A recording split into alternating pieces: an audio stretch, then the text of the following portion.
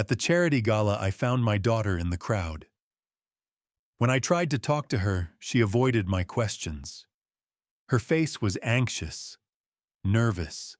When she adjusted her bracelet, I saw something that made my blood freeze. Bruises, dark purple fingerprints circling her wrist. I forced myself to ask calmly. She answered in a trembling whisper, "My husband did this. The district attorney, my son-in-law." I didn't yell, I didn't panic. I held her hand, drove her somewhere safe. I made calls. Exactly 72 hours later, my son-in-law's empire began to crumble because a federal prosecutor doesn't get mad. I gather evidence. Thank you for staying with this story. If you're still here, drop a comment and let me know where you're listening from. And just a quick note, this story includes some dramatized elements added to enhance reflection and understanding. Any similarity to real names or places is purely coincidental, but the message behind it is worth hearing. I never believed in fate until the night I saw my daughter's eyes at the Justice for Children Gala. Not the eyes I remembered, bright, fierce, challenging the world to keep up. These eyes were hollow, haunted.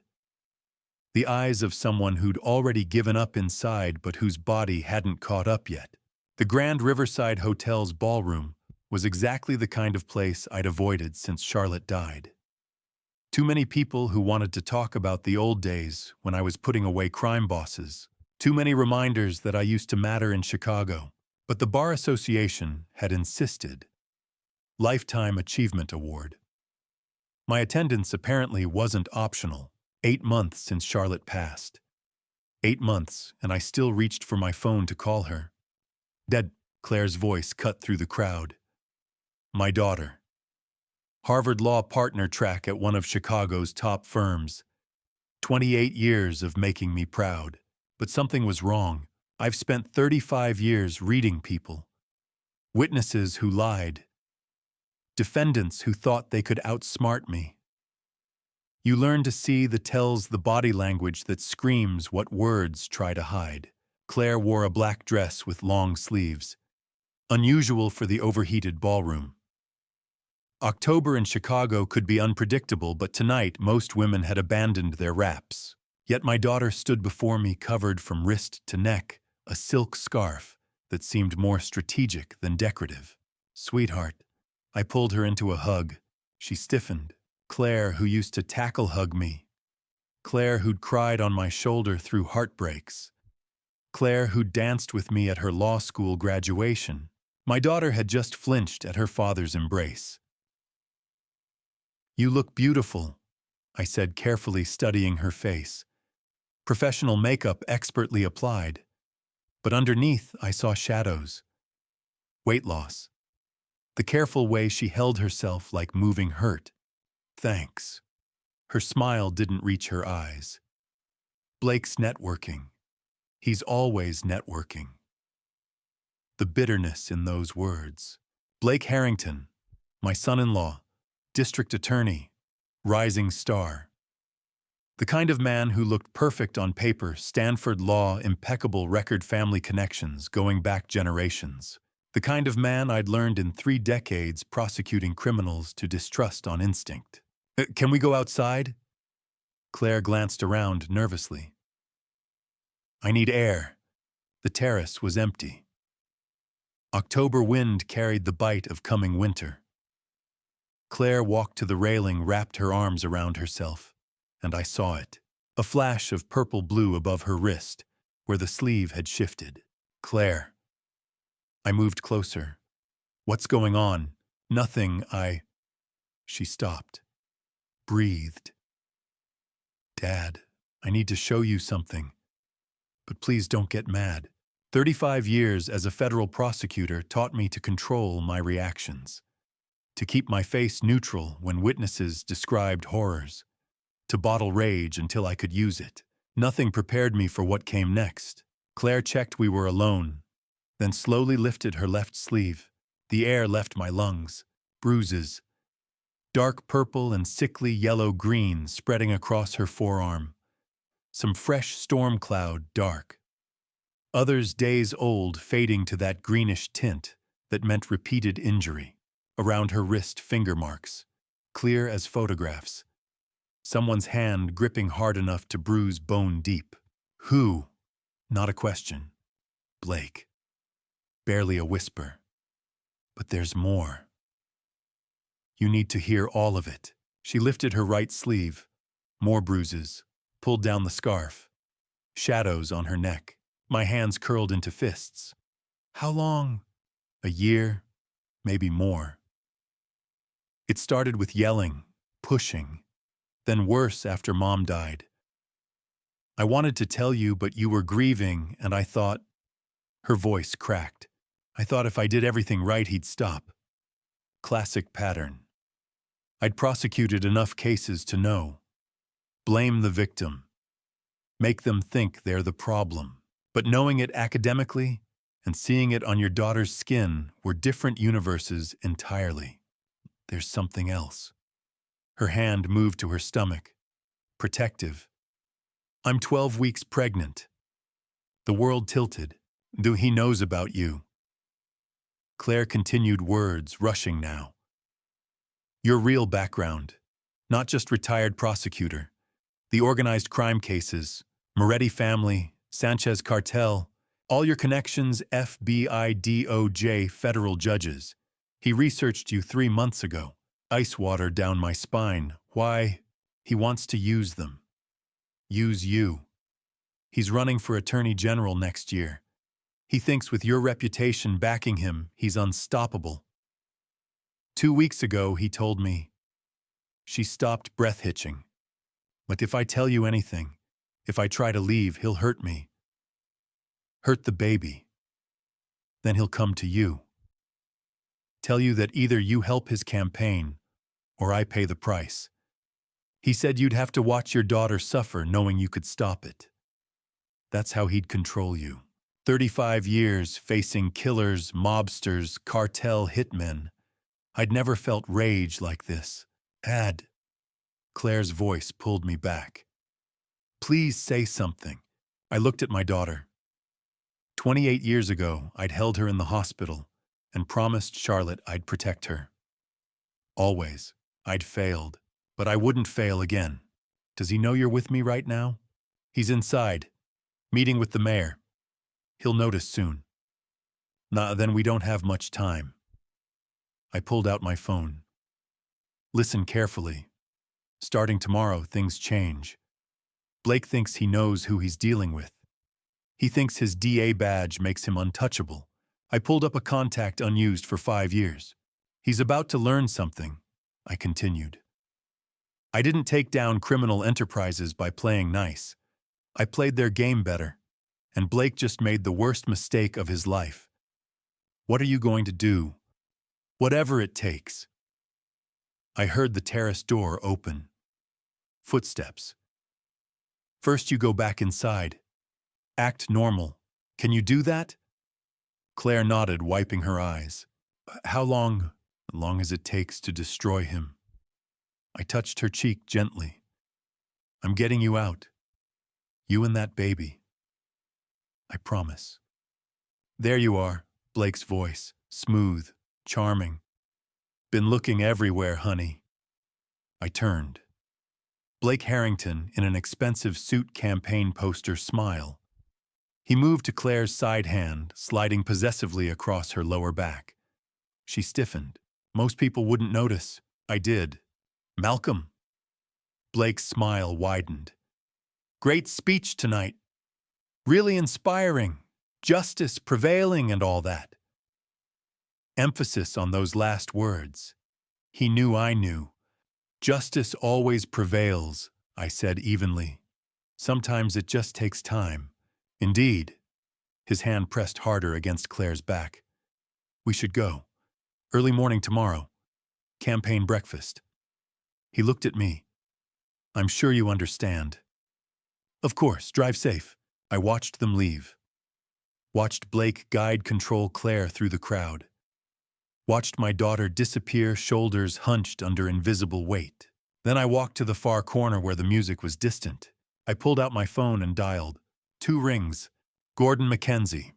Gordon, it's Malcolm Sinclair. I need your help. Pause. Gordon owed me. 2009, the Moretti case.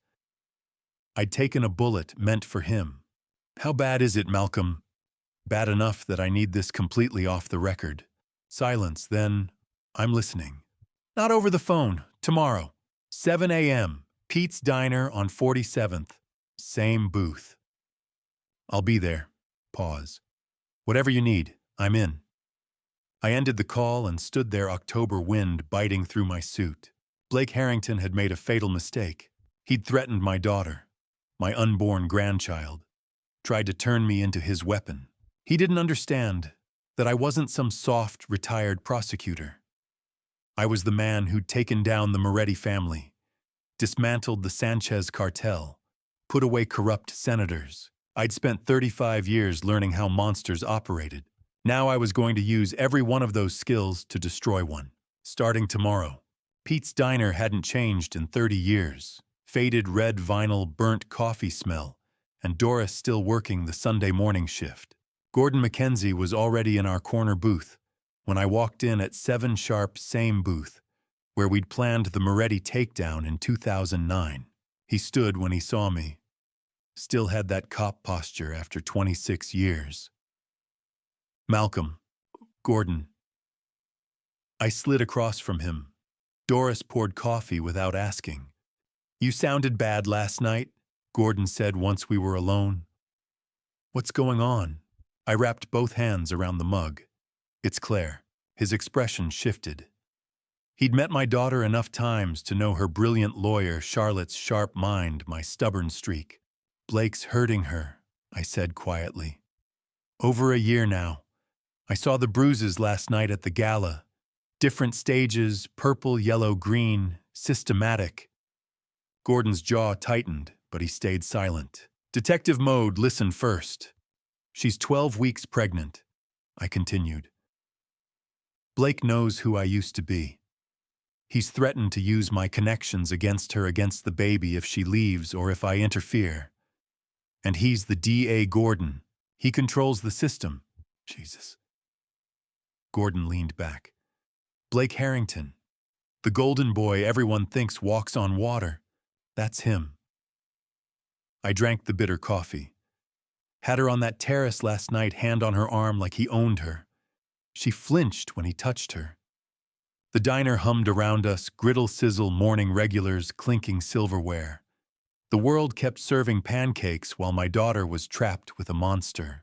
You saved my life in 09, Gordon said, finally, voice steady. The Bureau wanted to leave me in there when the Morettis got suspicious. You fought for the extraction team. You made sure I got out alive. He leaned forward. I owe you everything, Malcolm. Everything. So tell me what you need. The knot in my chest loosened slightly. Someone I can trust. Someone not on Blake's payroll who doesn't owe favors to Judge Elliot Harrington. Off the books. Gordon confirmed. Completely. He pulled out a notepad. What's the play? Shatitifi? Financial records first. I said, prosecutor brain engaging. Blake's a DA making maybe $180,000. But I've seen their downtown condo, the Cars Country Club membership. Claire makes good money at Parker Mitchell and Associates, but not that good. The numbers don't add up. Gordon was already writing. I've got a buddy in financial crimes. He can pull bank records quietly. Phone records too. Claire mentioned he monitors her constantly. If he's tracking her, there's a digital trail app's location data something. I can get that. Gordon tapped his pen. What about you? I'm doing what I do best. Research. I leaned forward. Blake's been DA for 3 years. Assistant DA 4 years before that. 7 years of cases. I want to know his patterns, which cases he pushed, which ones he let slide, who he prosecuted, and who he protected. DAs don't get dirty overnight. If he's corrupt, there'll be breadcrumbs. looking for leverage, looking for the truth. And when I find it, I'm burying him so deep he'll never see daylight. Gordon nodded slowly. This is going to get ugly. Blake won't roll over. And his father, Judge Elliot, that man has real power. I know. My voice came out hard. But he's hurting my pregnant daughter. I don't care how powerful they think they are. The guilt hit then sharp and sudden. How many signs had I missed? How many canceled lunches had I written off as Claire being busy? How many excuses about Blake needing her for events had I just accepted? Charlotte would have seen it. She'd always been better at reading people, at sensing when something was wrong. But Charlotte had been gone 8 months, and I'd been so buried in grief that I'd failed to notice my daughter drowning. Hey, Gordon's voice cut through. Don't do that. These guys are good at hiding it. They make everyone think the victims are the problem. I nodded, but the weight stayed. I should call her, I said, suddenly reaching for my phone. Just to check. Gordon's hand stopped me. Malcolm, if Blake's monitoring her phone, I don't care. I pulled up Claire's number. It rang 4 times. 5, 6. Then a voice answered, but not Claire's. Malcolm. Blake's voice was smooth, courtroom pleasant. Calling kind of early on a Sunday, aren't you? My hand tightened. I was calling my daughter. Claire's resting. A pointed pause. Pregnancy is exhausting. First trimester especially. We certainly wouldn't want anything to complicate things. The threat wrapped in concern delivered with an invisible smile. Let me talk to her. Now she's sleeping, Malcolm. I'm sure you understand. Family is everything, right? We all want what's best for the baby. Another pause. I'm glad we talked last night at the gala. Good to know where we all stand. The line went dead.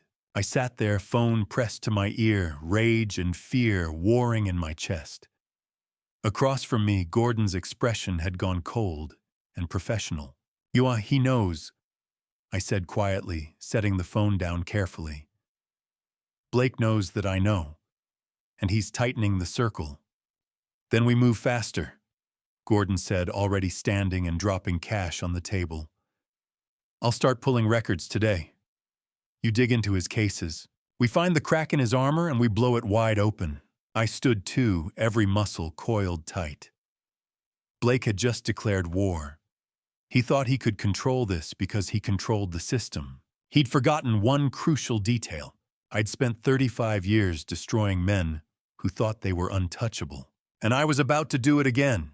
Monday morning found me in the Northwestern Law Library, surrounded by 7 years of Blake Harrington's career in neat digital files. 35 years as a prosecutor had taught me one immutable truth: everyone leaves traces. The question was never if you'd find them, it was whether you knew where to look. Blake's record was impressive on the surface. 92% conviction rate as district attorney. Highest in Illinois. The kind of numbers that got you profiles in legal journals and speculation about gubernatorial runs. But I didn't look at the surface. I looked at the cracks underneath. I started with the dismissed cases. Every DA has a few witnesses who disappear, evidence that falls apart, deals cut at the last minute. It's the nature of the work. But Blake had a pattern, and patterns tell stories. In the past 3 years, 15 cases involving wealthy defendants had been dismissed after initial indictments. 15. All quietly, most with sealed records. A real estate developer accused of fraud. A hedge fund manager charged with embezzlement.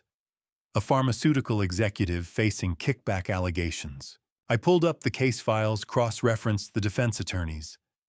Different firms, different strategies, but one commonality: every defendant had significant financial resources. And every case had been dismissed within weeks of Blake's office receiving, according to the public dockets, new evidence that undermined the integrity of the prosecution. New evidence? That was the phrase he used every single time. My phone buzzed. Gordon, financial report attached. You're going to want to see this. I opened the file. Bank records for Blake and Claire's joint accounts, plus Blake's personal accounts going back 5 years. Gordon's buddy and financial crimes had come through. The deposits jumped out immediately.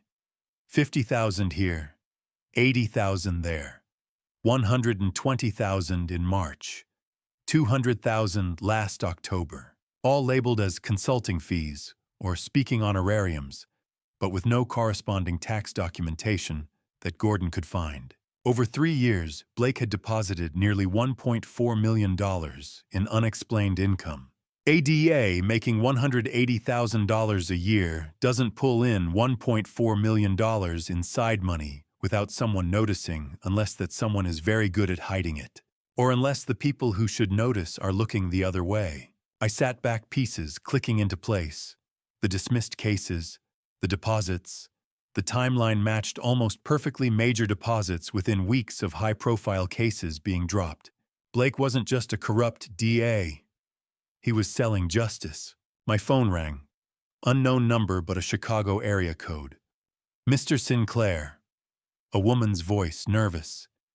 This is Janet Fitzgerald. I'm Claire's assistant at Parker Mitchell and Associates. I straightened. Janet, yes. Is Claire? She's fine. I mean, she's here at work. But Mr. Sinclair... A long pause. I know this isn't my place, but I'm worried about her. She's not herself lately. Very different.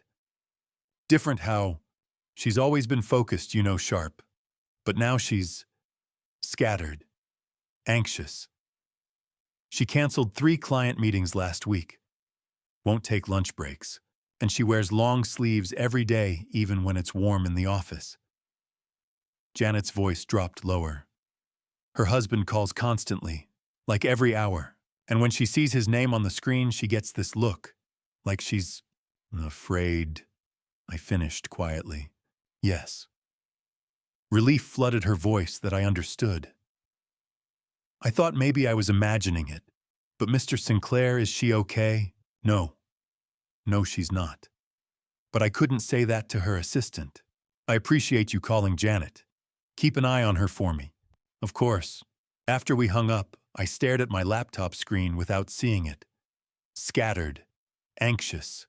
Constant phone calls. The isolation was getting tighter. Blake was making sure Claire had no space to breathe, no moment to think without his control pressing down on her. I needed to see her. Just to look at her face to know she was still fighting. The cafe near her office building was busy at 4:30, the late afternoon crowd grabbing coffee before the commute home. I sat at a corner table with a clear view of the entrance, waiting. She appeared at 4:47, moving through the crowd with her head down. Long sleeves despite the mild October weather. Sunglasses even though she was indoors. Her hand rested protectively over her stomach, a gesture so automatic she probably didn't realize she was doing it. My daughter, hiding in plain sight. I didn't approach. Couldn't risk Blake's surveillance catching us together. But our eyes met across the crowded cafe for just a moment. Recognition flashed in her face, then fear. She shook her head. A tiny movement barely perceptible. A warning. I followed her gaze to the window. Blake's black BMW was parked across the street, engine running. I couldn't see through the tinted windows, but I didn't need to. He was watching. Waiting. Making sure she went exactly where she was supposed to go, and nowhere else. Claire grabbed her coffee and left without looking back. I sat there for another 20 minutes, rage simmering under my skin. He had her on a leash. Electronic monitoring, constant calls, physical surveillance. She couldn't move without him knowing, couldn't breathe without his permission, and she was 12 weeks pregnant with his child, which he was using as leverage to keep her trapped. My phone buzzed with a text from Gordon as I walked back to my car. Got a name for you. Diana Beaumont. High-end political fundraiser. Attached photo from this morning. I opened the image.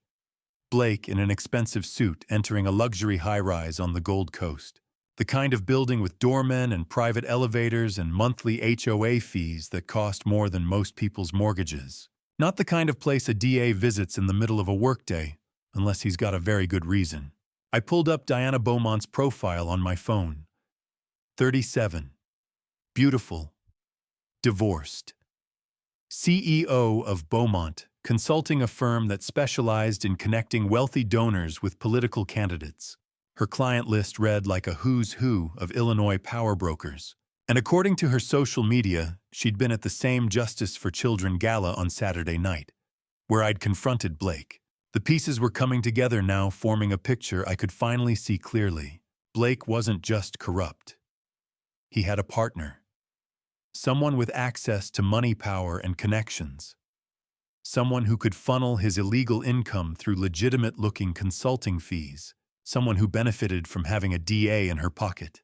Diana Beaumont, the mistress, the money launderer, the co-conspirator.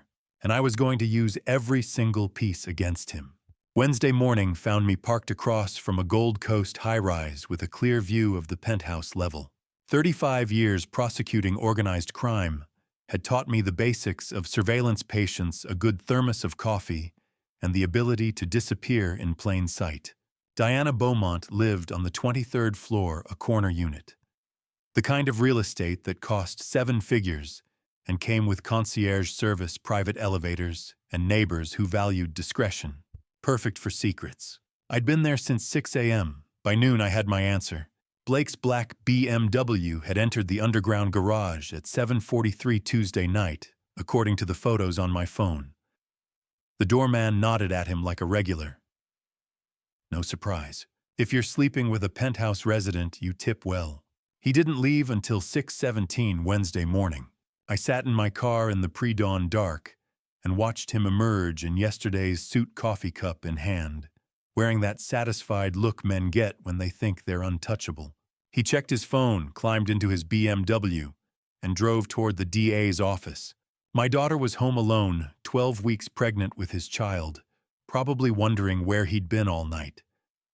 And he was checking emails while walking out of his mistress's building at dawn. The rage settled into something colder, calculated, useful.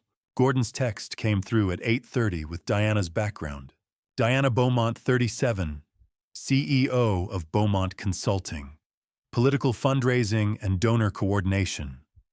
Clients included half the state legislature, 3 congressmen, and the governor's campaign.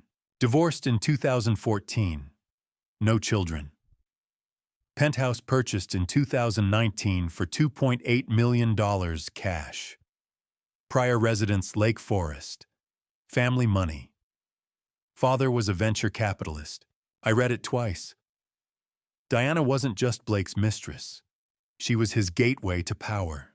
The kind of access a district attorney needed if he planned to run for attorney general, governor, or senate. She had money, influence, and relationships that could elevate or destroy careers. According to Gordon's financial review, she'd been laundering Blake's illegal income through her firm as advisory fees. She wasn't naive. She wasn't manipulated. She was complicit. That made her leverage. At 12:45, Diana exited the building. In person, she looked different than the woman in Blake's curated social photos. Tailored black suit, designer handbag, sunglasses that probably cost more than my first car. She moved with the confidence of someone who'd never been denied anything. I followed her 3 blocks to Spiaggia, where entrees started at $50, and the wine list needed explanation. She met 3 men at a corner table. One was a state senator.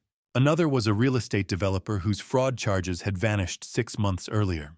Campaign donors, fundraisers, power brokers. I watched for 40 minutes. Diana smiled, laughed, ordered wine. The senator leaned in close. Promises were exchanged in that invisible currency where favors get logged and debts remembered. This was her ecosystem: elegant rooms, powerful men, corruption dressed as networking. She'd brought Blake into it, and she'd made herself vulnerable.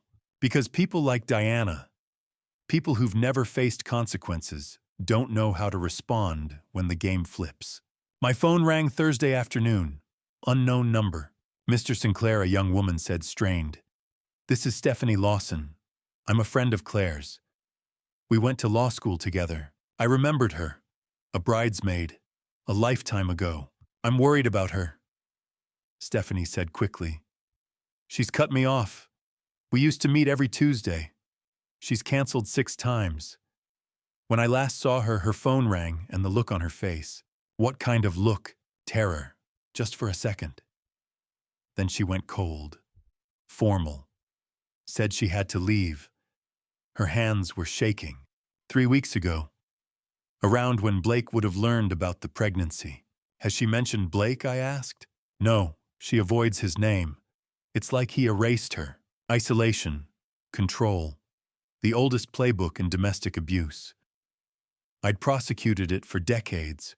Keep reaching out, I said, even if she doesn't answer. Is she in danger? Stephanie asked. Yes, and time was running out. I'm handling it, I said. After the call, I stared at Diana Beaumont's address. Blake had the badge, the office, the system. Diana had what he needed: money donors, a future. She was the weak link. I'd spent my career dismantling men who thought they were untouchable gang leaders, corrupt politicians, killers protected by money and fear. They all depended on someone who could be turned: accountants, fixers, mistresses. Diana Beaumont was playing at power, hosting fundraisers, wearing confidence like armor, believing family money made her safe.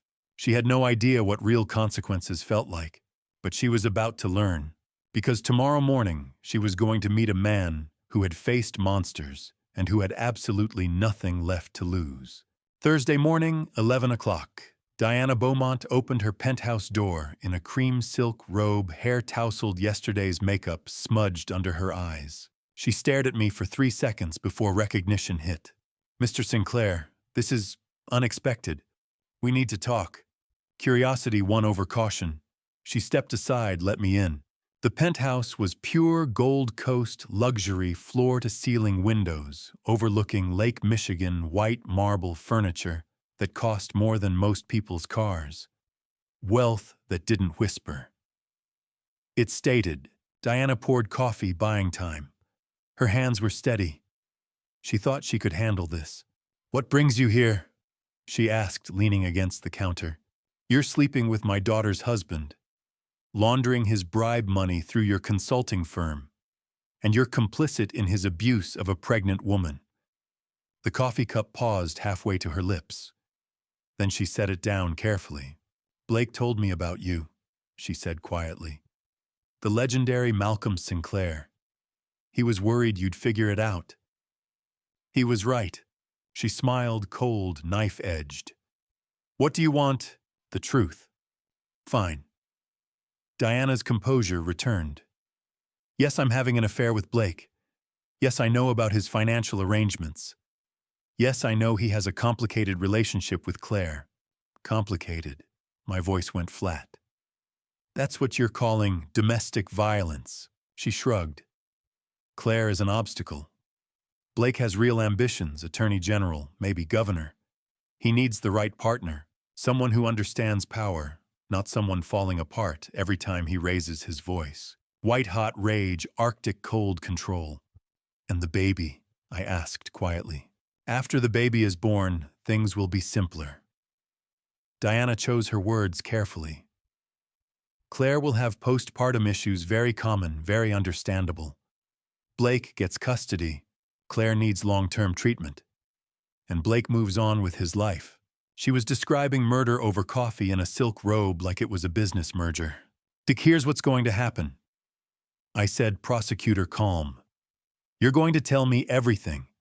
Every bribe Blake took, every case he threw, every deposit you processed. Diana laughed. Or what? Blake is the district attorney. He controls investigations. Who'll believe you? I'm not going to the police. Something in my tone killed her smile. I spent 35 years as a federal prosecutor. Organized crime division. I put away mob bosses, cartel leaders, corrupt politicians. I took a step closer.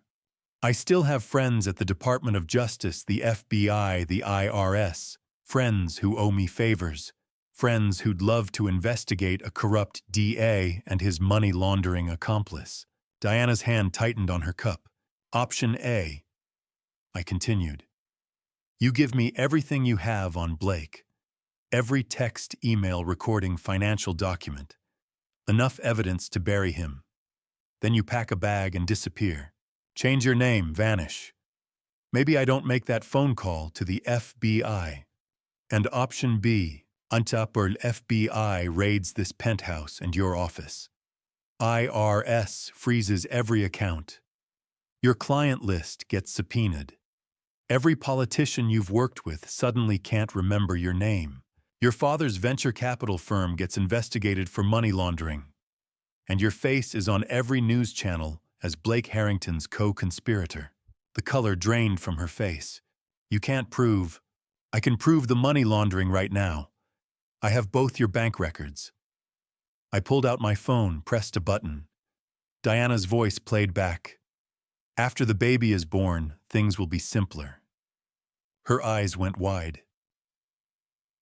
You're good at playing power games with donors, I said. But you've never faced real consequences in your entire privileged life. Diana's hand shook as she set down the coffee cup. I have everything, she whispered. Texts, emails, recordings. Blake thought I was documenting our relationship. But I kept everything about the money, his deals, to protect myself if things went bad. Smart. Self-serving, but smart. She walked to a wall panel, opened a hidden safe, pulled out a thumb drive and folder. 6 months of communications, financial spreadsheets, audio recordings about the dropped cases. Her hand trembled. I want immunity. You're not negotiating. I need some guarantee. 24 hours. I interrupted. Pack your essentials and get out of Chicago. After that, I'm calling the FBI with this evidence whether you're here or not. Your choice is whether you're around when they come looking. I took the thumb drive and folder. 24 hours, I repeated. Choose wisely. At the door, I looked back. One more thing. If Blake somehow finds out about this conversation, if anything happens to Claire or that baby in the next 24 hours, I'll assume you warned him, and there's nowhere you can hide that I won't find you. I left her standing there small and terrified in her crumbling empire. Outside in my car, evidence on the seat beside me, I allowed myself one moment of victory. I'd just armed myself to destroy Blake Harrington completely, but the clock was ticking. 24 hours until Diana might run. Unknown time until Blake figured out something was wrong. Somewhere in this city, my pregnant daughter was trapped with a man planning her death. I'd won this battle. Now I had to make sure I didn't lose the war.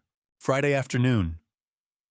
Diana's insurance files arrived via courier delivered through a lawyer whose name I didn't recognize and would probably never see again. Smart. She was already disappearing. 300 pages. A thumb drive with 6 months of audio recordings, and enough evidence to destroy Blake Harrington 10 times over. I spread it all across my home office desk and started reading. The text messages came first. Blake and Diana discussing my daughter like she was a business problem to solve. Blake. She's getting suspicious. Asked about the Riverside account. Diana, handle it. You're good at handling her. Blake. I am. But pregnancy's making her emotional. Harder to control. Diana. Then we accelerate the timeline. After the baby, the Claire problem resolves itself. I had to stop reading. Put the papers down. Breathe. They'd written it in texts. Discussed my daughter's murder in casual messages between meetings and fundraisers. The Claire problem resolves itself. Like she was a scheduling conflict. The financial records were worse. $450,000 in documented bribes over 3 years. Defendants' names, case numbers, dismissal dates, corresponding deposits. Diana had kept meticulous spreadsheets, every transaction logged, every case tracked. 15 cases. 15 criminals who'd walked free because they'd paid Blake to make charges disappear. Drug dealers, white-collar fraudsters, violent offenders, all buying justice from a DA who was supposed to be protecting the public. And Diana had documented everything. Insurance against Blake ever turning on her. The audio recording started at 11 p.m. I plugged in headphones, hit play on the first file. Blake's voice filled my ears. Smooth, confident, the same voice I'd heard at the Gala. You have to understand, Diana control is everything. Claire thinks she has choices, but she doesn't. I monitor her phone, her location, her bank accounts. She can't move without me knowing. Can't talk to anyone I don't approve. The isolation's been perfect. Diana's laugh. You sound like you're describing a prisoner. I am. That's exactly what she is. And after the baby comes, it gets even easier. Postpartum depression is very convenient, very believable. No one questions when a new mother needs psychiatric care, especially when her husband is the district attorney trying so hard to help her. I ripped the headphones off, stood up so fast my chair crashed backward. He'd said it. Blake had actually said it out loud. The plan to commit Claire after the baby was born, to have her declared mentally incompetent, to take custody of their child and lock my daughter away in some facility where she'd never be found, or worse. It was past midnight when I finally stopped reviewing evidence. The house was silent except for the clock ticking on the wall. Charlotte's clock, the one she'd insisted we buy for the kitchen, the one I'd moved to my office after she died, because I couldn't stand the empty kitchen without her. Her photograph sat on my desk, taken 10 years ago at Claire's law school graduation. Charlotte smiling, arm around our daughter, both of them laughing at something I'd said. I don't know if I'm fast enough, I said to the photograph. What if I can't save her? What if I'm too late? The clock kept ticking. Charlotte kept smiling, and the memory came flooding back her final days in hospice when she'd made me promise. 8 months ago, early March. The hospice room smelled like antiseptic and dying flowers. Charlotte's hand in mine so thin I could feel every bone. Her voice barely a whisper. Promise me you'll protect Katie. She'd always called Claire that at home. Katie, our little girl, even when she grew up and became a brilliant lawyer. Charlotte, don't. Promise me, Malcolm. Her grip tightened. She's stronger than she knows, but she'll need you. Blake. She coughed, struggled for breath. Blake isn't what he seems. Watch him. Promise me you'll watch over her. I'd thought she was confused. The morphine, the cancer in her brain. Blake had seemed perfect, then successful, attentive, ambitious. Everything a father could want for his daughter. I promise, I'd said. Always. I'll always protect her. Charlotte died 2 days later. I broke that promise. I said to her photograph now. I was so buried in grief that I missed every sign. Every canceled lunch, every long-sleeved shirt in summer, every time she flinched. You saw it, didn't you? Even dying, you saw what I was too blind to notice. The clock ticked. Charlotte smiled. But I'm going to fulfill it now, I continued. I'm going to save our daughter, and I'm going to destroy the man who hurt her. I promise you that. Saturday evening, I was reviewing the evidence for the 3rd time when my phone rang. Unknown number. I almost didn't answer. Then something made me pick up. Mr. Sinclair. A man's voice, young, nervous. This is Lucas Harrington, Blake's younger brother. We need to talk. Every muscle in my body went rigid. How did you get this number? From Claire's file at my firm, Mr. Sinclair. I know this sounds insane, but I need to meet with you. In person. Soon. Why would Blake's brother want to meet with me? Lucas's voice dropped, filled with pain. Because I saw Claire at our family dinner 2 weeks ago. I saw the bruises she tried to hide under long sleeves. I saw how she jumped when Blake touched her arm. I saw the fear in her eyes when he told her it was time to leave. I said nothing. waited. I'm a defense attorney, Lucas continued. I've spent my whole career reading people spotting when clients are lying. Claire wasn't lying. She was terrified. And I've watched my brother for 3 years. Now watched him change, watched him become something I don't recognize. His voice cracked. I can't stay silent anymore, Mr. Sinclair. I want to help you take him down. A twist I hadn't anticipated. Blake's own brother offering to betray him. Could be a trap, I said carefully. It's not. I swear to God it's not. I have information. Things about my father, about Blake's cases, about family secrets that go back years. Meet with me. Please. I looked at Charlotte's photograph, at the evidence spread across my desk, at the audio player still paused on Blake's voice discussing my daughter's imprisonment. When and where? Tomorrow, Sunday morning, Lincoln Park North End, 10 a.m. I'll be alone. The line went dead. I sat there in the silence of my office, surrounded by evidence of corruption and conspiracy and planned murder, and wondered if I could trust Lucas Harrington, Blake's younger brother, the defense attorney, the black sheep of a family that seemed perfect on the surface. Either he was genuine, a man whose conscience finally woke up, or he was bait in a trap. Either way, I was going to that meeting, because I'd made Charlotte a promise, and I'd already broken it once. Sunday morning, 10 o'clock. I arrived at Lincoln Park 20 minutes early and positioned myself near the north entrance where I could observe anyone approaching. Meeting Blake's brother required caution. This could be genuine, or it could be a trap designed to expose me. The park was quiet. Joggers passed along the lakefront path. A few families pushed strollers. No one paid attention to a 65-year-old man sitting on a bench pretending to read the Tribune. Lucas Harrington appeared at 9:58 exactly on time. I recognized him from the photographs Gordon had obtained. He was 3 years younger than Blake, with the same dark hair but softer features. He wore jeans, a northwestern hoodie, and sunglasses despite the overcast sky. He looked exhausted, like someone who hadn't slept in days. He noticed me and approached slowly, hands visible, movements controlled. Smart. Mr. Sinclair. Lucas, I said without standing. Sit down. Slowly. He sat at the far end of the bench, leaving a deliberate space between us. Thank you for coming. I wasn't sure you would. I wasn't sure I should. Lucas removed his sunglasses.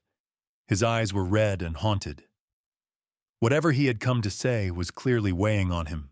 I need you to understand something first, he said quietly. I'm not here because I suddenly grew a conscience.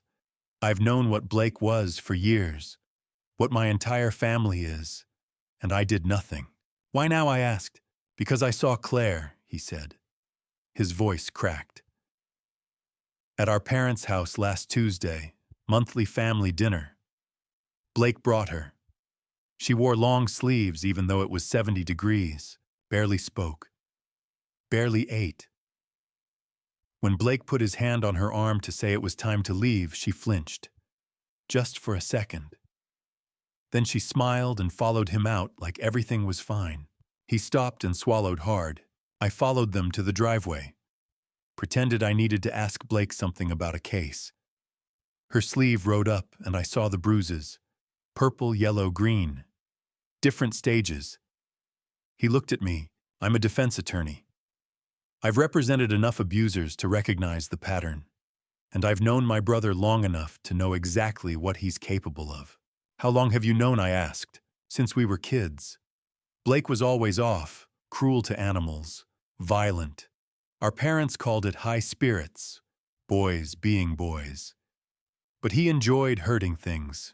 And when he got older, law school, second year, a girlfriend reported him to campus police for assault. My father made it disappear, paid her $50,000 to drop the charges and transfer schools, paid the campus police chief another $20,000 to lose the paperwork. The pattern was familiar. There were others, Lucas continued. Another girlfriend, a paralegal at his first firm. My father fixed everyone. Paid them, intimidated them, used his position as a judge. My mother stood by and preserved the family image. And you, I asked. Lucas looked away. I stayed silent, told myself it wasn't my responsibility, became a defense attorney and kept my distance. But silence is complicity. I enabled him. Why tell me now? Because Claire is pregnant. His voice trembled. 12 weeks. Blake announced it at dinner like a trophy. All I could think was that he's going to kill her. Maybe not directly. Maybe it'll look like suicide or an accident. But she won't survive him. He pulled a USB drive from his pocket and held it out. My father keeps records. Every bribe, every favor, every case he fixed. 30 years of corruption. He documents everything as insurance, including Blake. I took the drive carefully. How did you get this? I copied it last night while they were at a charity gala. He doesn't know yet. Why should I trust you? I asked. You're his brother. Because I'm willing to testify, Lucas said. In open court. Against my father and my brother. I'm willing to lose everything if it means Claire and that baby live. You'll lose your career. I've already lost my integrity. I studied him. The guilt felt real. He detailed the cases. Judges bribed, evidence buried, witnesses threatened. A network built over decades. It's all there, he said. Enough to take down Blake and my father. I stood. Lucas followed. You'll testify under oath, I asked. Yes. There's no going back. I know. I shook his hand. Welcome to the right side. Thank you for letting me try. We walked away in opposite directions. An inside man. A Harrington betraying his own blood. Diana had given me evidence against Blake. Lucas had given me evidence of an entire criminal enterprise. Together we might finally save Claire and destroy the Harrington family for good. That evening I drove to the cemetery. Something I hadn't done since Charlotte's funeral 8 months ago. The Northwest Chicago cemetery was quiet at dusk. Autumn leaves scattered across paths between headstones. I found Charlotte's grave by memory, 3rd row under the oak tree she'd loved. Charlotte Marie Sinclair, 1958 to 2023.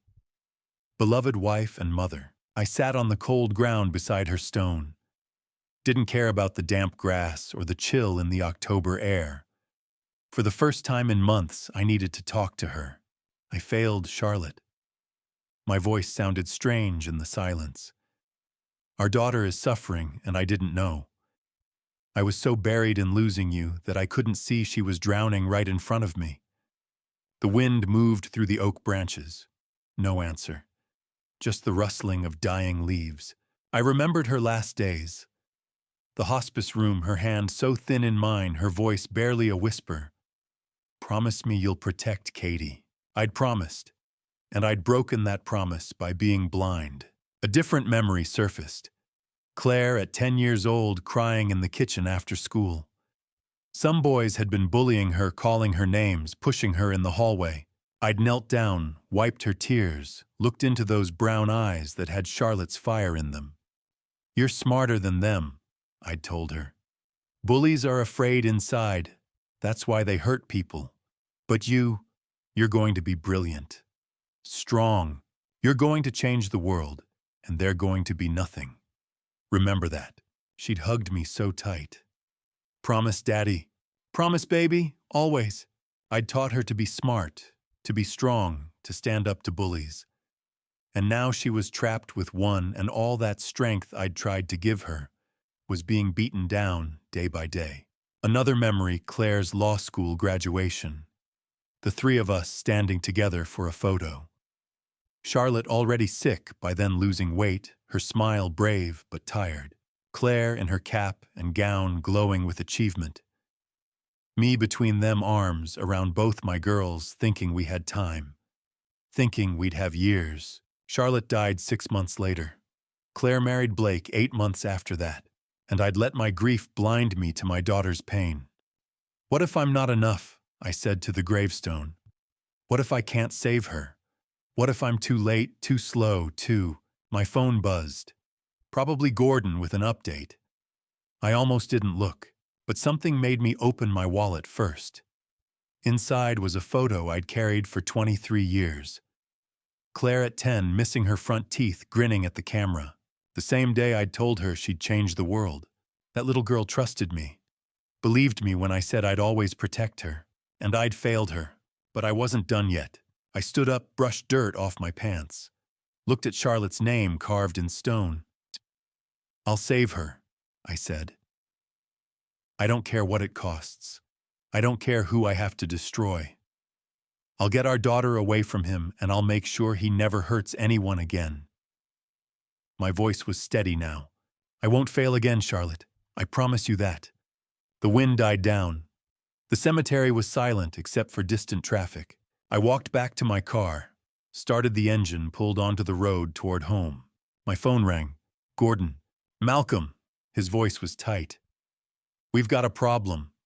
What kind of problem?" "Blake just filed a search warrant for your house. Claims he has evidence you're interfering with an ongoing investigation, possibly tampering with witnesses." My hands tightened on the steering wheel. "When?" "Judge signed it an hour ago. They'll execute it tomorrow morning, probably around 8. Malcolm, he's targeting you directly. He knows you're gathering evidence against him, and he's trying to destroy you first." I drove in silence for a moment, processing. Blake wasn't just defending anymore. He was attacking. Which meant Lucas breaking into Judge Elliott's office had triggered something. Or Blake had simply realized I wasn't going to back down. "Let him come," I said finally. "Malcolm, the evidence isn't at my house. Diana's files are with my attorney. Lucas's USB drive is in a safe deposit box. Blake can tear apart my entire house and he won't find anything. He's trying to intimidate you, make you back off. Then he's miscalculated." I pulled into my driveway. The house was dark, empty. It had been empty since Charlotte died. I've spent 35 years prosecuting men who thought they could scare me into silence. Blake's going to learn the same lesson they did. Be careful. He's desperate, and desperate men do dangerous things. So do fathers protecting their daughters. I hung up and sat in the car looking at my house. Tomorrow morning, Blake's people would ransack it. Search my office, my bedroom, my life. Looking for anything they could use against me. They wouldn't find it. Because I'd learned long ago to keep evidence where my enemies couldn't reach it. But the search warrant meant something else. The war had officially started. Blake knew I was coming for him, and he was going to fight back with everything he had. His position as DA, his father's corrupt influence, his mother's political connections. He had the system on his side, but I had something more powerful: the truth, evidence, and the determination of a father who'd already lost too much. I got out of the car, went inside, started preparing for tomorrow's search. Not hiding anything. I had nothing to hide, just making sure they wouldn't disrupt the one thing I had left my mission to save Claire. Charlotte's face was in my mind. Claire's childhood photo in my wallet. Lucas's desperate determination. Diana's evidence. Gordon's loyalty. I had everything I needed.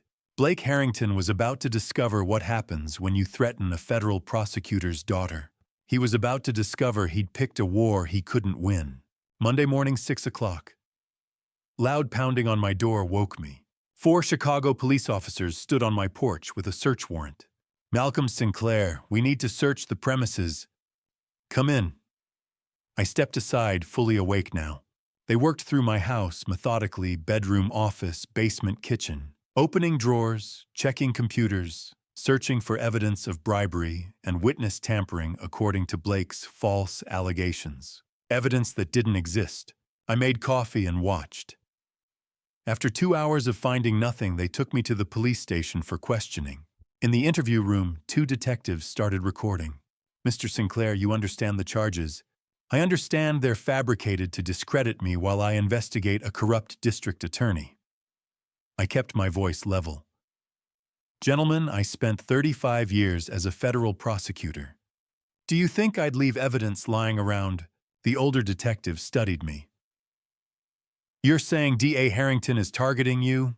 I'm saying you should ask why a DA would file charges against his wife's father and check who signed that search warrant." They glanced at each other uncomfortably. 2 hours later, they released me. No charges, no evidence. Blake had nothing. While I was at the station, Gordon made calls. That evening, he came to my house. "Judge Elliot Harrington signed your search warrant. Blake's father, conflict of interest. It's a massive one. I contacted 3 judges you worked with during your prosecutor days. They're very interested in how a state judge signed a warrant involving his own son." Gordon showed me his phone. 2 reporters called this afternoon. Someone leaked the story. They're investigating now. Blake had miscalculated. His attempt to intimidate me had exposed his father's corruption instead. The charges will disappear by tomorrow afternoon. DA's office can't risk the exposure. He was right. Tuesday afternoon, I got the call. All allegations withdrawn. Insufficient evidence to proceed. A quiet retreat with no apology. I walked out of the courthouse into a cluster of reporters. "Mr. Sinclair, can you comment? These allegations were baseless. I'm glad the truth prevailed. Thank you." I pushed through toward my car. Then I saw him across the street, Lucas Harrington, and he looked terrible. His face was badly bruised, one eye swollen, his lip cut. He moved carefully, like his ribs hurt. He crossed toward me, limping slightly. "Lucas." I pulled him away from the reporters. "What happened? And Blake knows I helped you." His voice was strained. "We had a confrontation last night at our parents' house. A bad one. Your own brother did this. He was screaming about betrayal, about destroying the family." Lucas touched his injured face carefully. "Malcolm, I've never seen him like this. He's not thinking clearly anymore. He's just reacting, violent." My chest tightened. "Claire, that's why I came." Lucas glanced over his shoulder. "If he's willing to do this to me, his brother, over helping you, what will he do to her? We plan to build a case, carefully move through proper channels. But we're out of time. He's escalating." I thought about the search warrant, the manufactured charges, Blake's increasingly desperate moves, and now this attacking his own brother. "He's cornered," I said quietly. Exactly. Desperate and dangerous." Lucas's voice dropped. "We need to get Claire out now, before he decides she's become too much of a problem. Your parents..." Oh, closing ranks. "My father's furious at me for betraying Blake. My mother's pretending nothing happened. They're protecting him with everything they have, money, connections, influence. He lost today. The charges dropped, the conflict of interest exposed, the press asking questions. Which makes him more unpredictable." Lucas looked at me with genuine fear. "When Blake feels threatened, that's when he's most dangerous. I've known him my whole life. This is when people get hurt." A reporter was heading our way. Lucas stepped back. "I'll be in touch. But don't wait, Malcolm. Claire might not have much time." He limped away toward the parking garage. I stood there watching him go, Blake's violence written across his brother's injured face. The search warrant had been Blake's attempt to destroy me before I could destroy him. It had failed. But failure wouldn't make him back down, it would make him more dangerous. And somewhere in this city, my daughter was trapped with a man who'd just attacked his own brother, a man who was losing control. I got in my car and sat there, hands gripping the steering wheel. Charlotte's face filled my mind. Then Claire at 10 years old, trusting me to protect her. Then Claire at the Gala 2 weeks ago, bruised and terrified and pregnant. I'd made Charlotte a promise. I'd broken it by being blind. But tomorrow I was going to fulfill it. Blake Harrington thought he could intimidate me with false charges and corrupt warrants. Thought he could make me back down by exposing his violence, by showing me what he was capable of. He'd miscalculated, because I wasn't a frightened victim he could control. I was a father who'd already lost too much. A federal prosecutor who'd spent 35 years taking down men who thought they were untouchable. And I had everything I needed now. Diana's evidence of corruption, Lucas's testimony, Judge Elliott's exposed conflicts, Gordon's loyal support. Connections throughout the system Blake thought he controlled. Tomorrow morning, I was going to walk into that situation and extract my daughter from his control. I didn't care about warrants or procedures or doing everything by the book anymore.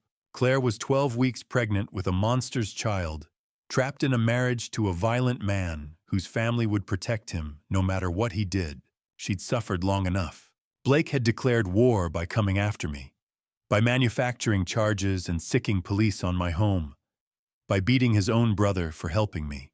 Fine, war it was, but tomorrow he was going to learn something about fathers and daughters, about promises made to dying wives, about what happens when you threaten a man's family.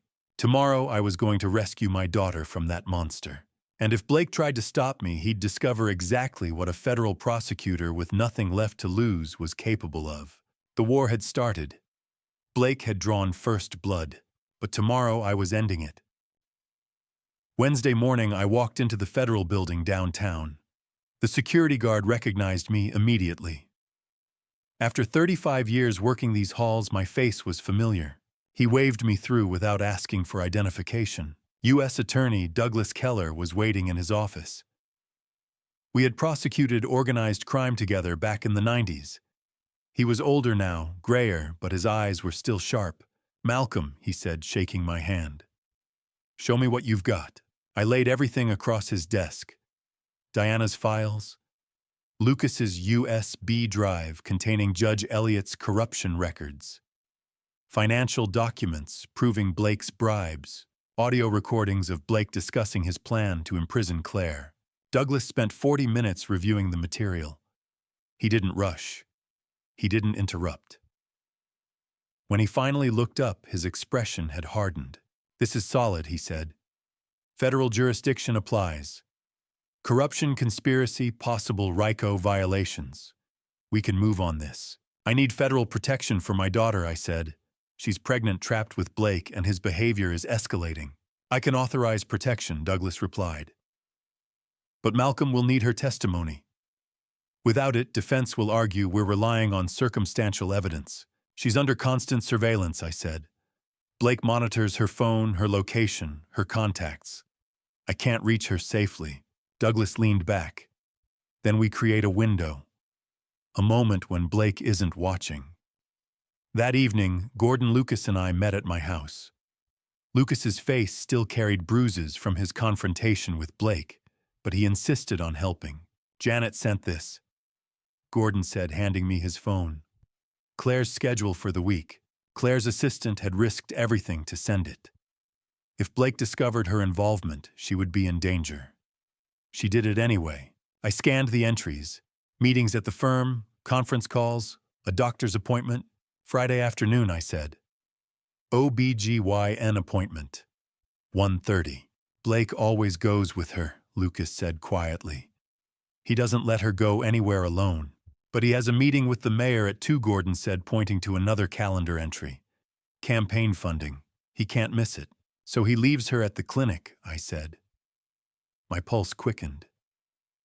"How long will he be gone?" "Mayor meetings run at least 45 minutes, Lucas said. "And the office is 20 minutes from the clinic. Blake won't leave early." "That's our window," Gordon said, already sketching. "Blake drops Claire at 1:30, leaves around 2. We move in at 2:05. Extract Claire. Transport to safe house. Blake returns and finds her gone." "Will she come willingly?" Lucas asked. "She's terrified." "I'm her father," I said. "She'll trust me." "Safe house?" Gordon asked. "John Hayes," I said. "Retired U.S. Marshal, my cousin. Secure location completely off Blake's grid." "I should be there," Lucas said. "She'll need someone from the family who chose her." "You can't be seen," I said. "Go to the safe house Thursday and wait." Lucas nodded, emotion visible. "Thank you." We spent hours refining the plan. Gordon would drive the extraction vehicle. I would enter the clinic and speak to Claire privately. Federal agents would be positioned nearby. Dr. Bennett, her OB, had been subtly warned and would not interfere. Thursday passed in preparation.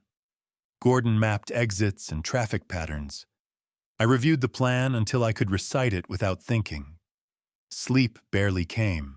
Friday morning, Lucas reached the safe house. John confirmed everything was secure.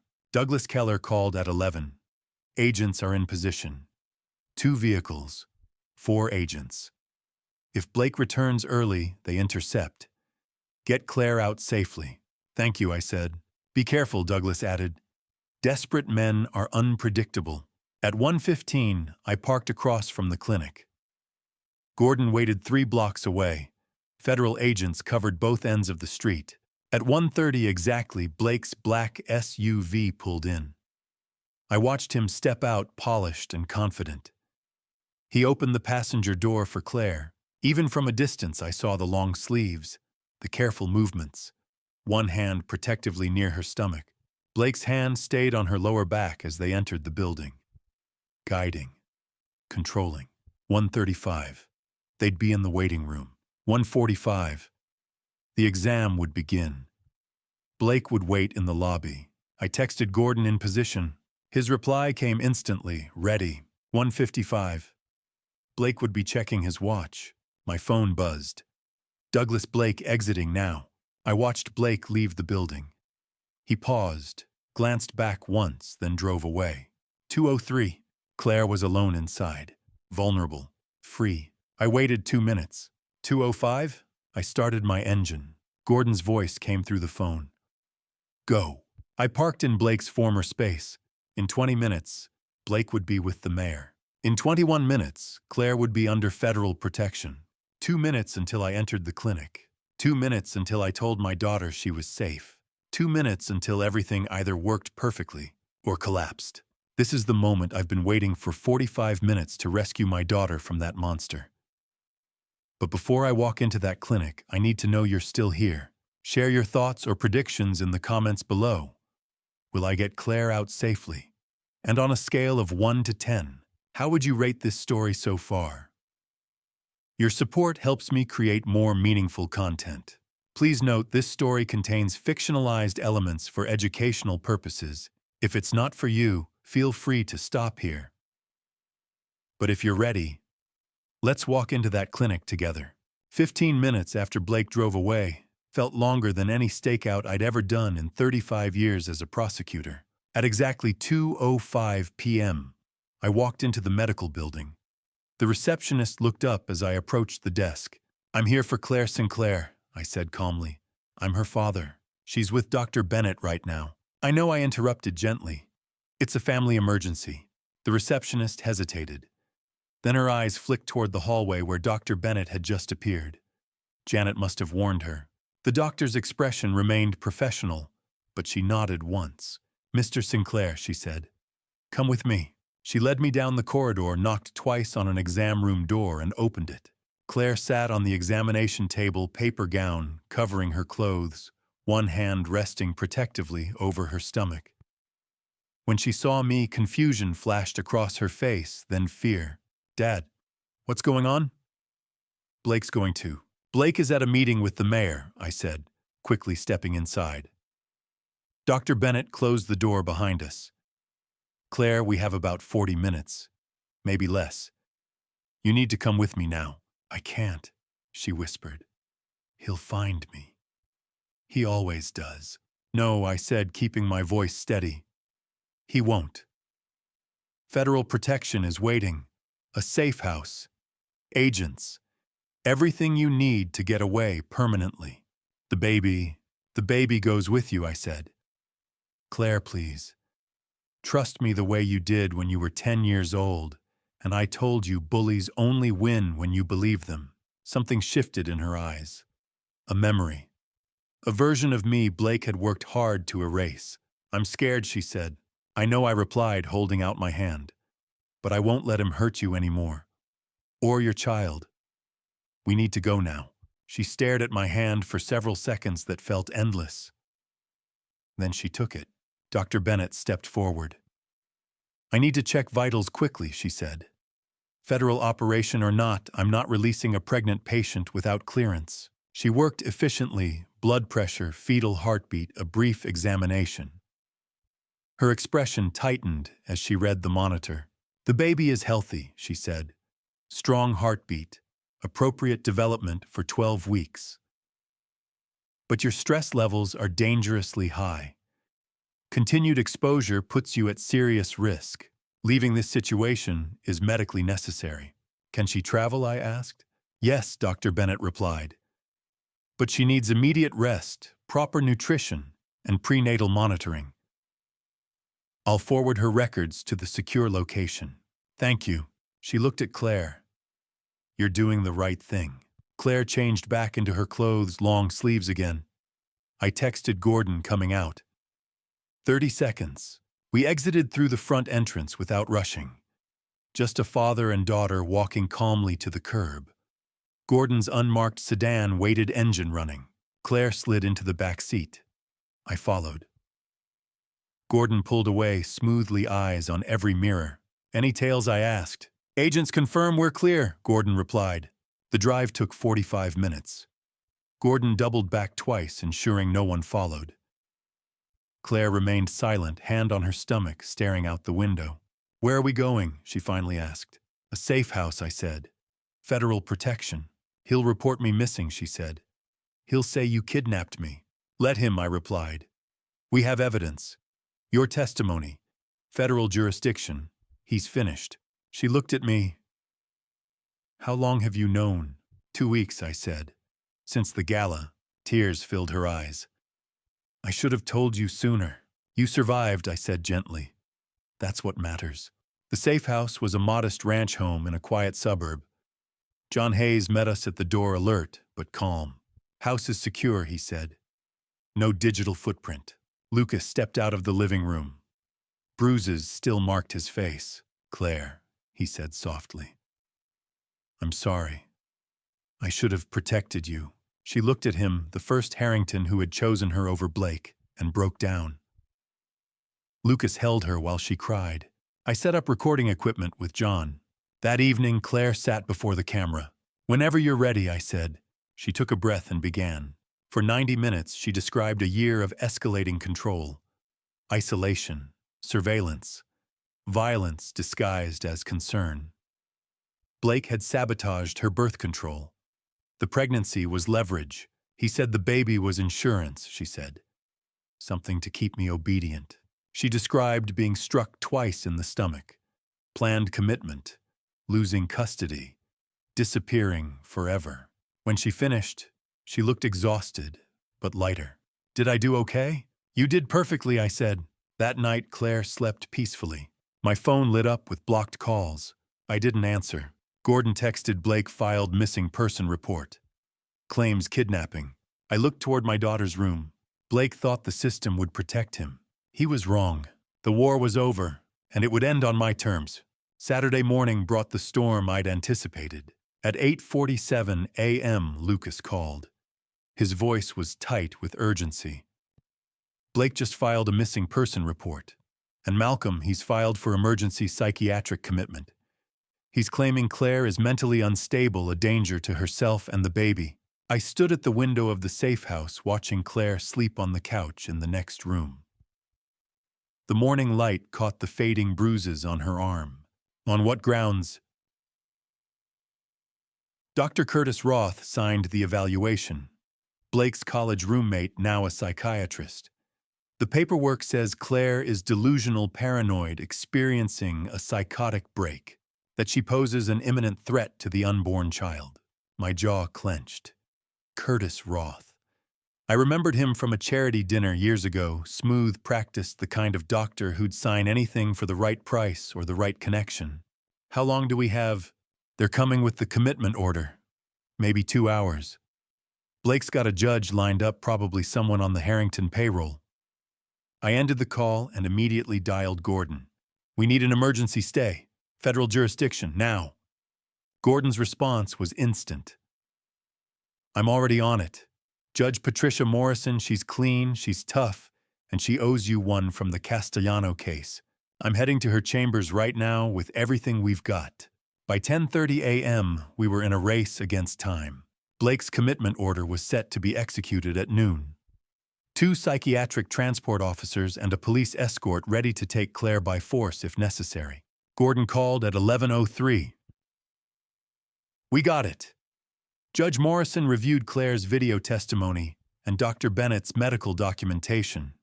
She's issued an emergency stay on the psychiatric commitment, and Malcolm, she went further. She issued a restraining order against Blake, 500 feet minimum distance from Claire. Relief flooded through me, but only for a moment. What was Blake's reaction? That's the thing. He was in the courthouse when Morrison's clerk served him with the restraining order. He lost it, Malcolm.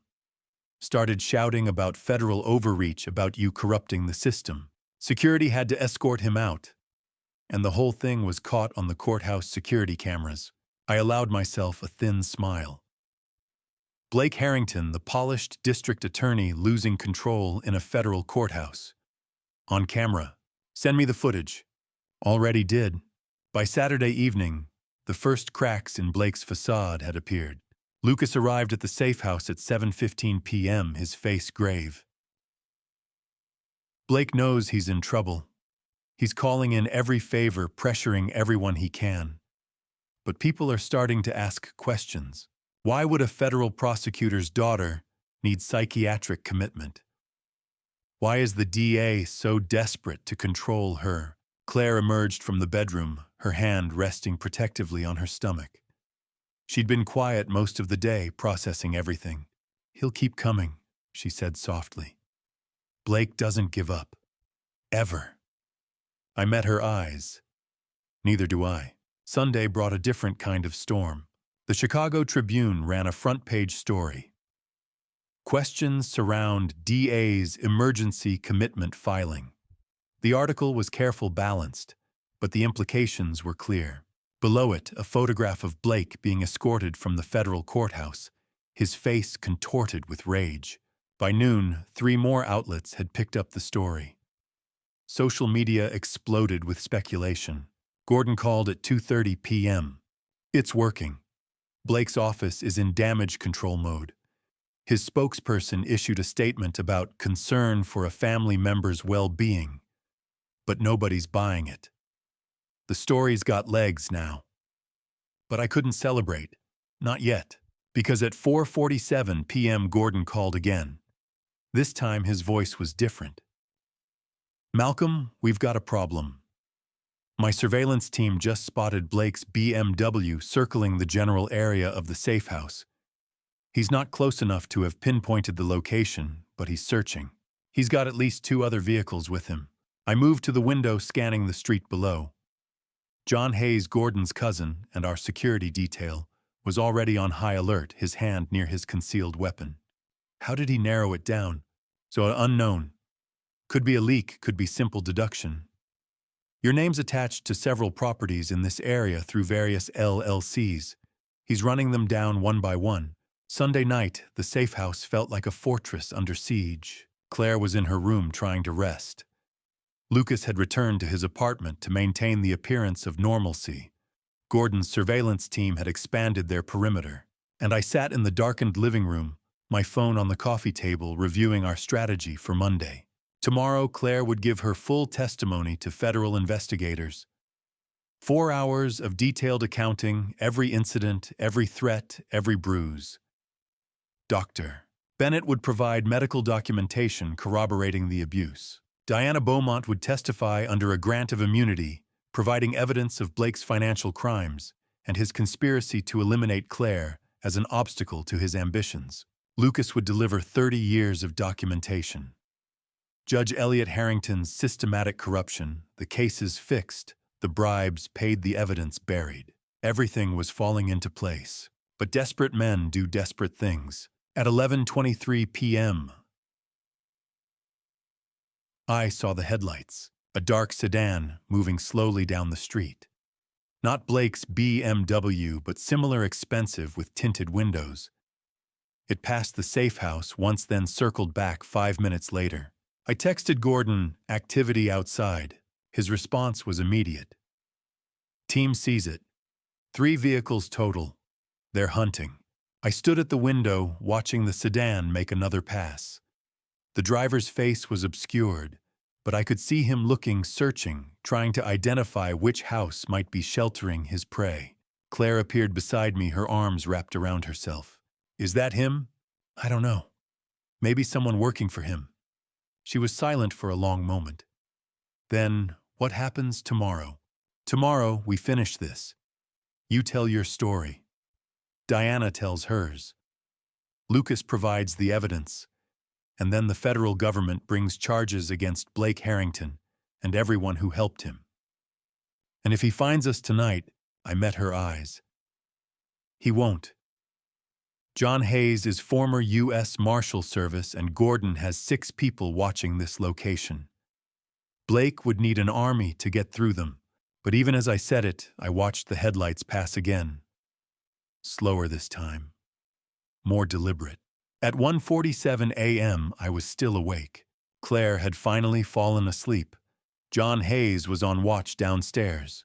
Gordon's team maintained their surveillance perimeter. And I sat in the darkness thinking about Monday. About testimony and evidence and federal charges. About the careful construction of a case that would bring down not just Blake Harrington, but the entire corrupt system his family had built over 3 decades. Everything depended on the next 24 hours. Through the window, I saw the headlights again. A different vehicle this time, a dark SUV. It slowed as it approached, then continued past. But it would be back. Blake was out there somewhere, desperate and dangerous, knowing his world was collapsing. And desperate men, cornered men, are capable of anything. Monday, Claire would testify. Diana would testify. Lucas would provide evidence. The wheels of justice would begin to turn. But first we had to survive the night. I watched the empty street and waited for dawn. The most dangerous part was just beginning. Monday morning, the federal building. Over the next 3 days, I watched the gears of justice begin to turn. After 35 years as a prosecutor, I knew the machinery well. The deliberate pace, the careful documentation, the weight of every word spoken under oath. But this time, I wasn't inside the process. I was outside it, waiting, watching my daughter walk into rooms I couldn't enter, knowing her words would determine everything. At 9 a.m. Monday, Claire entered the secure interview room on the 7th floor. U.S. Attorney Douglas Keller led the questioning himself, with 2 FBI agents and a court reporter present. Through the reinforced door, I could only imagine what she was saying. 4 hours of detailed testimony, every incident catalogued, every threat documented, every bruise explained. I paced the corridor. Gordon sat nearby, silent and steady. At 1:07 p.m., the door opened. Claire emerged, her face pale but composed. Her hand instinctively moved to her stomach. 12 weeks now, the baby growing, despite everything. She walked straight to me and said quietly, "They believed me, Dad." Relief hit me like a physical force. I pulled her into an embrace, feeling her shoulders shake with silent tears. "Of course they did," I whispered. "You told the truth." Monday afternoon brought Diana Beaumont. Douglas allowed me to observe from the adjacent room behind one-way glass. Diana sat at the conference table in an elegant gray suit. Her lawyer beside her, a nervous young associate from one of Chicago's white shoe firms, who kept glancing at the immunity agreement like it might vanish. Diana's testimony was clinical, precise, devoid of emotion. She detailed the financial arrangements with cold efficiency amounts, dates, account numbers. Blake had paid her $1. $4 million over 3 years laundered through her political fundraising operation. In return, she'd provided cover, legitimate-seeming transactions that masked bribes and payoffs. Mr. Harrington became increasingly obsessed with Claire Sinclair in early 2023. Diana said, her voice flat. He viewed her pregnancy as an obstacle to his ambitions. He discussed various options for managing the situation. "What options?" Keller asked. "Commitment to a psychiatric facility. Removal of the child after birth through custody proceedings. Or," she paused, "arranging an accident." The room went silent. Diana continued, unmoved. "I told him I would have no part in violence. That's when he assured me he had other resources. That's also when I began recording our conversations. She'd given us everything not out of conscience, but out of calculation. Diana Beaumont was a survivor, and she knew when to abandon a sinking ship. Tuesday belonged to Lucas. I watched him take his seat, his face showing the strain of the past week. His testimony was different from Diana's emotional raw, edged with guilt. My father, Judge Elliot Harrington, has been fixing cases for 30 years.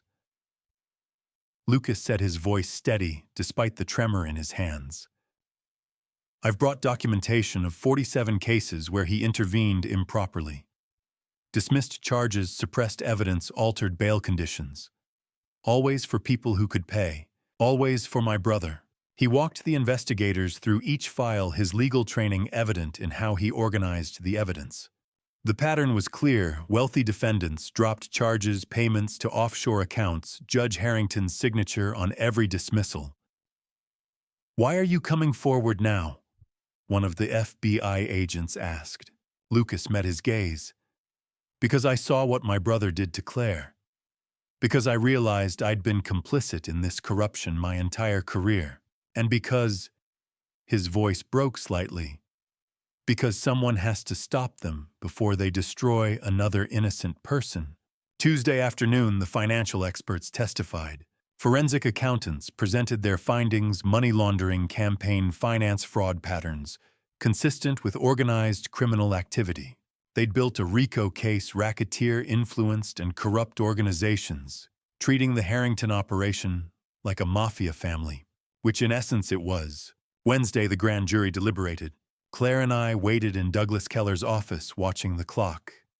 6 hours of deliberation. Gordon joined us at hour 4, bringing coffee no one drank. At 4:47 p.m., Douglas's assistant knocked. They voted. We followed Douglas to the courtroom. The grand jury foreman, a middle-aged woman with steel-gray hair, handed the sealed indictments to the clerk. The clerk read them aloud. Blake Harrington, 18 federal counts, including domestic violence under federal jurisdiction, witness tampering, obstruction of justice, money laundering, racketeering, conspiracy, and conspiracy to commit kidnapping. Judge Elliot Harrington, 9 federal counts, including bribery, corruption, obstruction of justice, and racketeering conspiracy. Arrest warrants issued immediately, effective 5:00 p.m. Wednesday. Claire's hand found mine. For the first time in weeks, I saw something like hope in her eyes. At 5:03 p.m., my phone rang. Gordon's voice was tight. "Malcolm, the FBI is executing the arrest warrants now." "Good." But Tom Blake's not at his office, not at home either. His BMW is gone. His phone's been off since this morning. Blake Harrington is running. The world seemed to tilt. A cornered animal is at its most dangerous, and Blake Harrington was nothing if not dangerous. "Where's Claire?" Gordon asked, reading my silence. "Right here, with me and Douglas. Federal building security. Keep her there. I'm pulling the surveillance team in tighter around the perimeter. Malcolm, if Blake knows he's about to be arrested, if he's desperate enough, I know what desperate men do," I said quietly. "I've prosecuted them for 35 years. I looked at Claire, who was watching me with sudden fear in her eyes. She'd heard enough to understand. Blake was on the run, and running men either flee or fight. "Find him, Gordon," I said. "Before he does something we'll all regret." But even as I said it, I knew the truth. Blake Harrington wasn't running away. He was coming for us. Thursday morning brought the first false lead. At 7:23 a.m., a Wisconsin state trooper reported a black BMW matching Blake's description at a rest stop near the Illinois-Wisconsin border. By the time units arrived, the vehicle was gone. Gordon called at 8:15. "It's a decoy. The BMW belongs to a law school classmate of Blake's, James Whitmore. We're tracking him down now, but I'm betting Blake borrowed the car to throw us off." I sat in Douglas Keller's office at the federal building, where Claire had spent the night on a borrowed couch. She was sleeping, finally exhausted from 3 days of testimony and fear. "So he's still in Chicago," I said. That's my read. Question is, what's he planning? At 10:47 a.m., Lucas called. Malcolm Blake phoned my mother this morning. From a local number, a burner phone.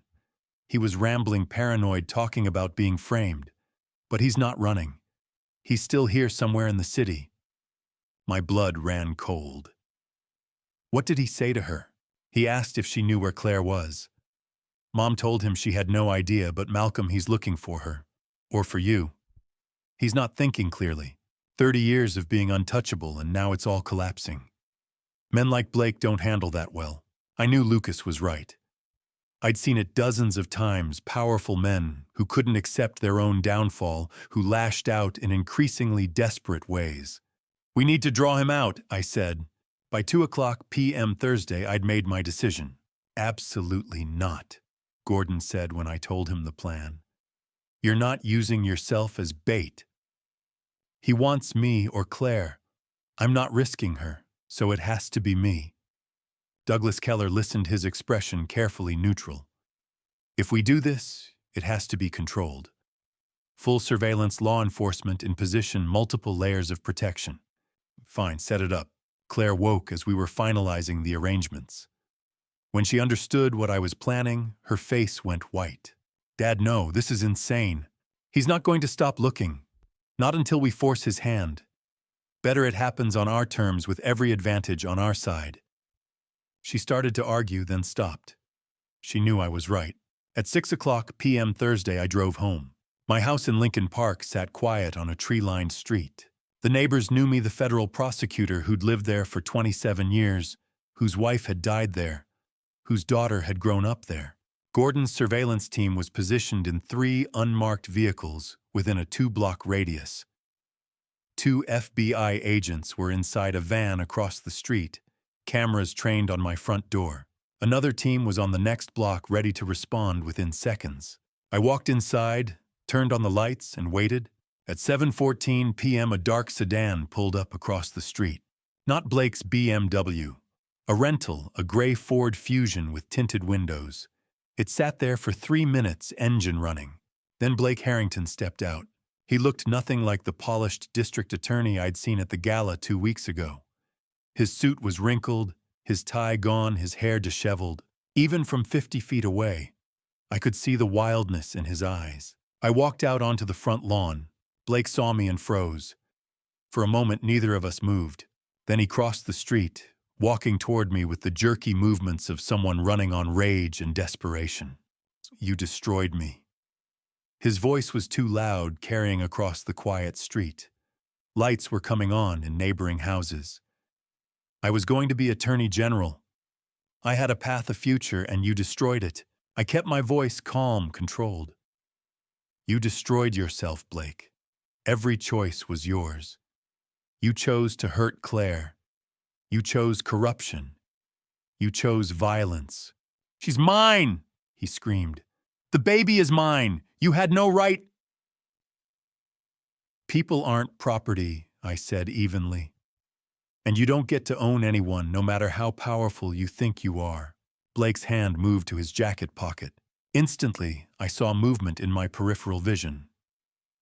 Gordon's team and the FBI agents emerging from their positions, weapons drawn but held low. Don't, I said quietly. Whatever you're thinking, don't do it. Blake's eyes darted around, seeing the agents for the first time. Understanding dawned on his face, the trap, the setup, the inevitable end. You set me up, he whispered. No.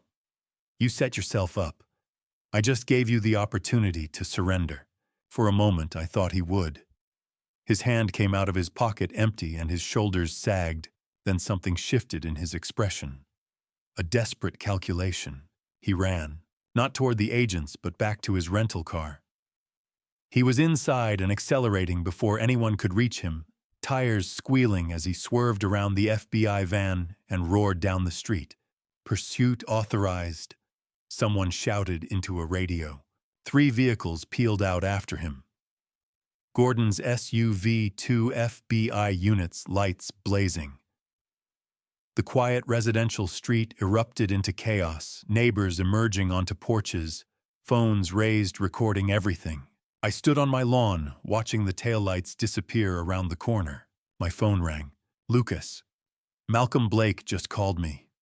From the road, I could hear sirens. He's saying he's heading for Canada. But his voice, he's not running to somewhere. He's running from reality. A man that delusional, that cornered, we need to catch him before he hurts someone.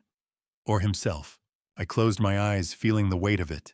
Blake Harrington, district attorney, scion of one of Chicago's most powerful families, was fleeing through the streets like a common criminal. And somewhere in his fractured mind, he still believed he could escape, that he could outrun federal charges, outrun justice, outrun the consequences of his own actions. They'll get him. I said, though I wasn't sure I believed it. And if they don't, I had no answer. Through the phone, I could hear Lucas's breathing, uneven and afraid. Not afraid of Blake, afraid for him, the complicated grief of watching a brother destroy himself. I'm sorry, Lucas said quietly, for all of this. For every year I stayed silent. So you came forward when it mattered, I told him. That's what counts. The sirens were fading, now moving east toward the lakefront. Gordon's voice crackled over my phone's radio app. Suspect heading toward Lakeshore Drive, speeds exceeding 90 miles per hour. I walked back into my house and closed the door. Somewhere out there, Blake Harrington was running toward Canada, toward oblivion, toward whatever ending desperate men make for themselves. All I could do was wait. After the high-speed chase through Lincoln Park, police found his rental car abandoned near Navy Pier keys, still in the ignition. Surveillance cameras caught him boarding the Red Line subway at 8:47 p.m. heading north toward Evanston. From there, the trail went cold for 8 hours. Gordon's team worked through the night coordinating with FBI Transit Authority and local police across 3 states. At 4:23 a.m. Friday, a ticket agent at the Amtrak station in Milwaukee reported selling a northbound ticket to a man matching Blake's description, paying cash, wearing a baseball cap pulled low, looking nervous. He's heading for Canada, Gordon said when he called at dawn. Classic fugitive move. He thinks he can disappear across the border. But Blake Harrington wasn't thinking clearly anymore. And desperate men make mistakes. Friday afternoon brought the first near miss. A motel clerk in Green Bay, Wisconsin recognized Blake from the news alerts that had been flooding every law enforcement channel. The Sunrise Motor Lodge, $40 a night, cash only. Blake had checked in at 11 a.m. using the name Robert Harrison, barely even trying to hide. Local police surrounded the building by 2:30 p.m.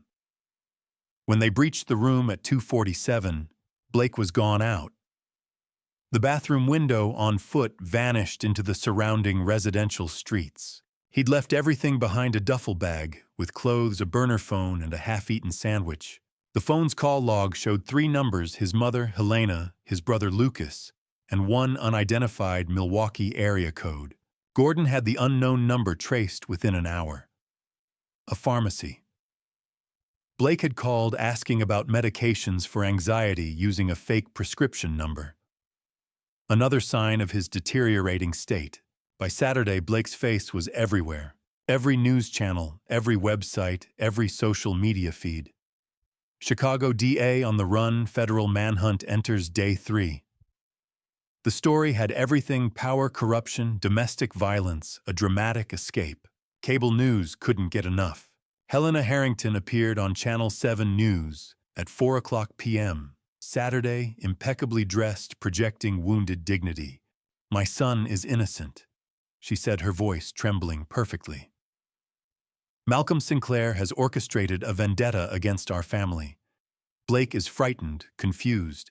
He's not a criminal. He's a victim of a corrupt system." I watched from the safe house, Claire sitting beside me, her hand protective over her 20-week pregnant belly. "She's still defending him," Claire whispered. "After everything. Some people can't see what they don't want to see," I said quietly. Saturday night, Gordon played me a recording. Blake had called Helena from a public payphone in Duluth, Minnesota, at 9:34 p.m. The FBI had Helena's phones tapped, standard procedure for fugitive cases, and the conversation was chilling. Blake's voice was barely recognizable, high-pitched and frantic. "They're lying about me, Mother. All of them. I am the law. I've dedicated my life to justice, and they're destroying me over nothing. Blake, darling, you need to come home. We'll get lawyers, the best lawyers." No. They've bought the lawyers. They've bought everyone. Malcolm Sinclair has corrupted the entire system. He's poisoned Claire against me. The baby, Mother, the baby is mine, and chai sender nindercha.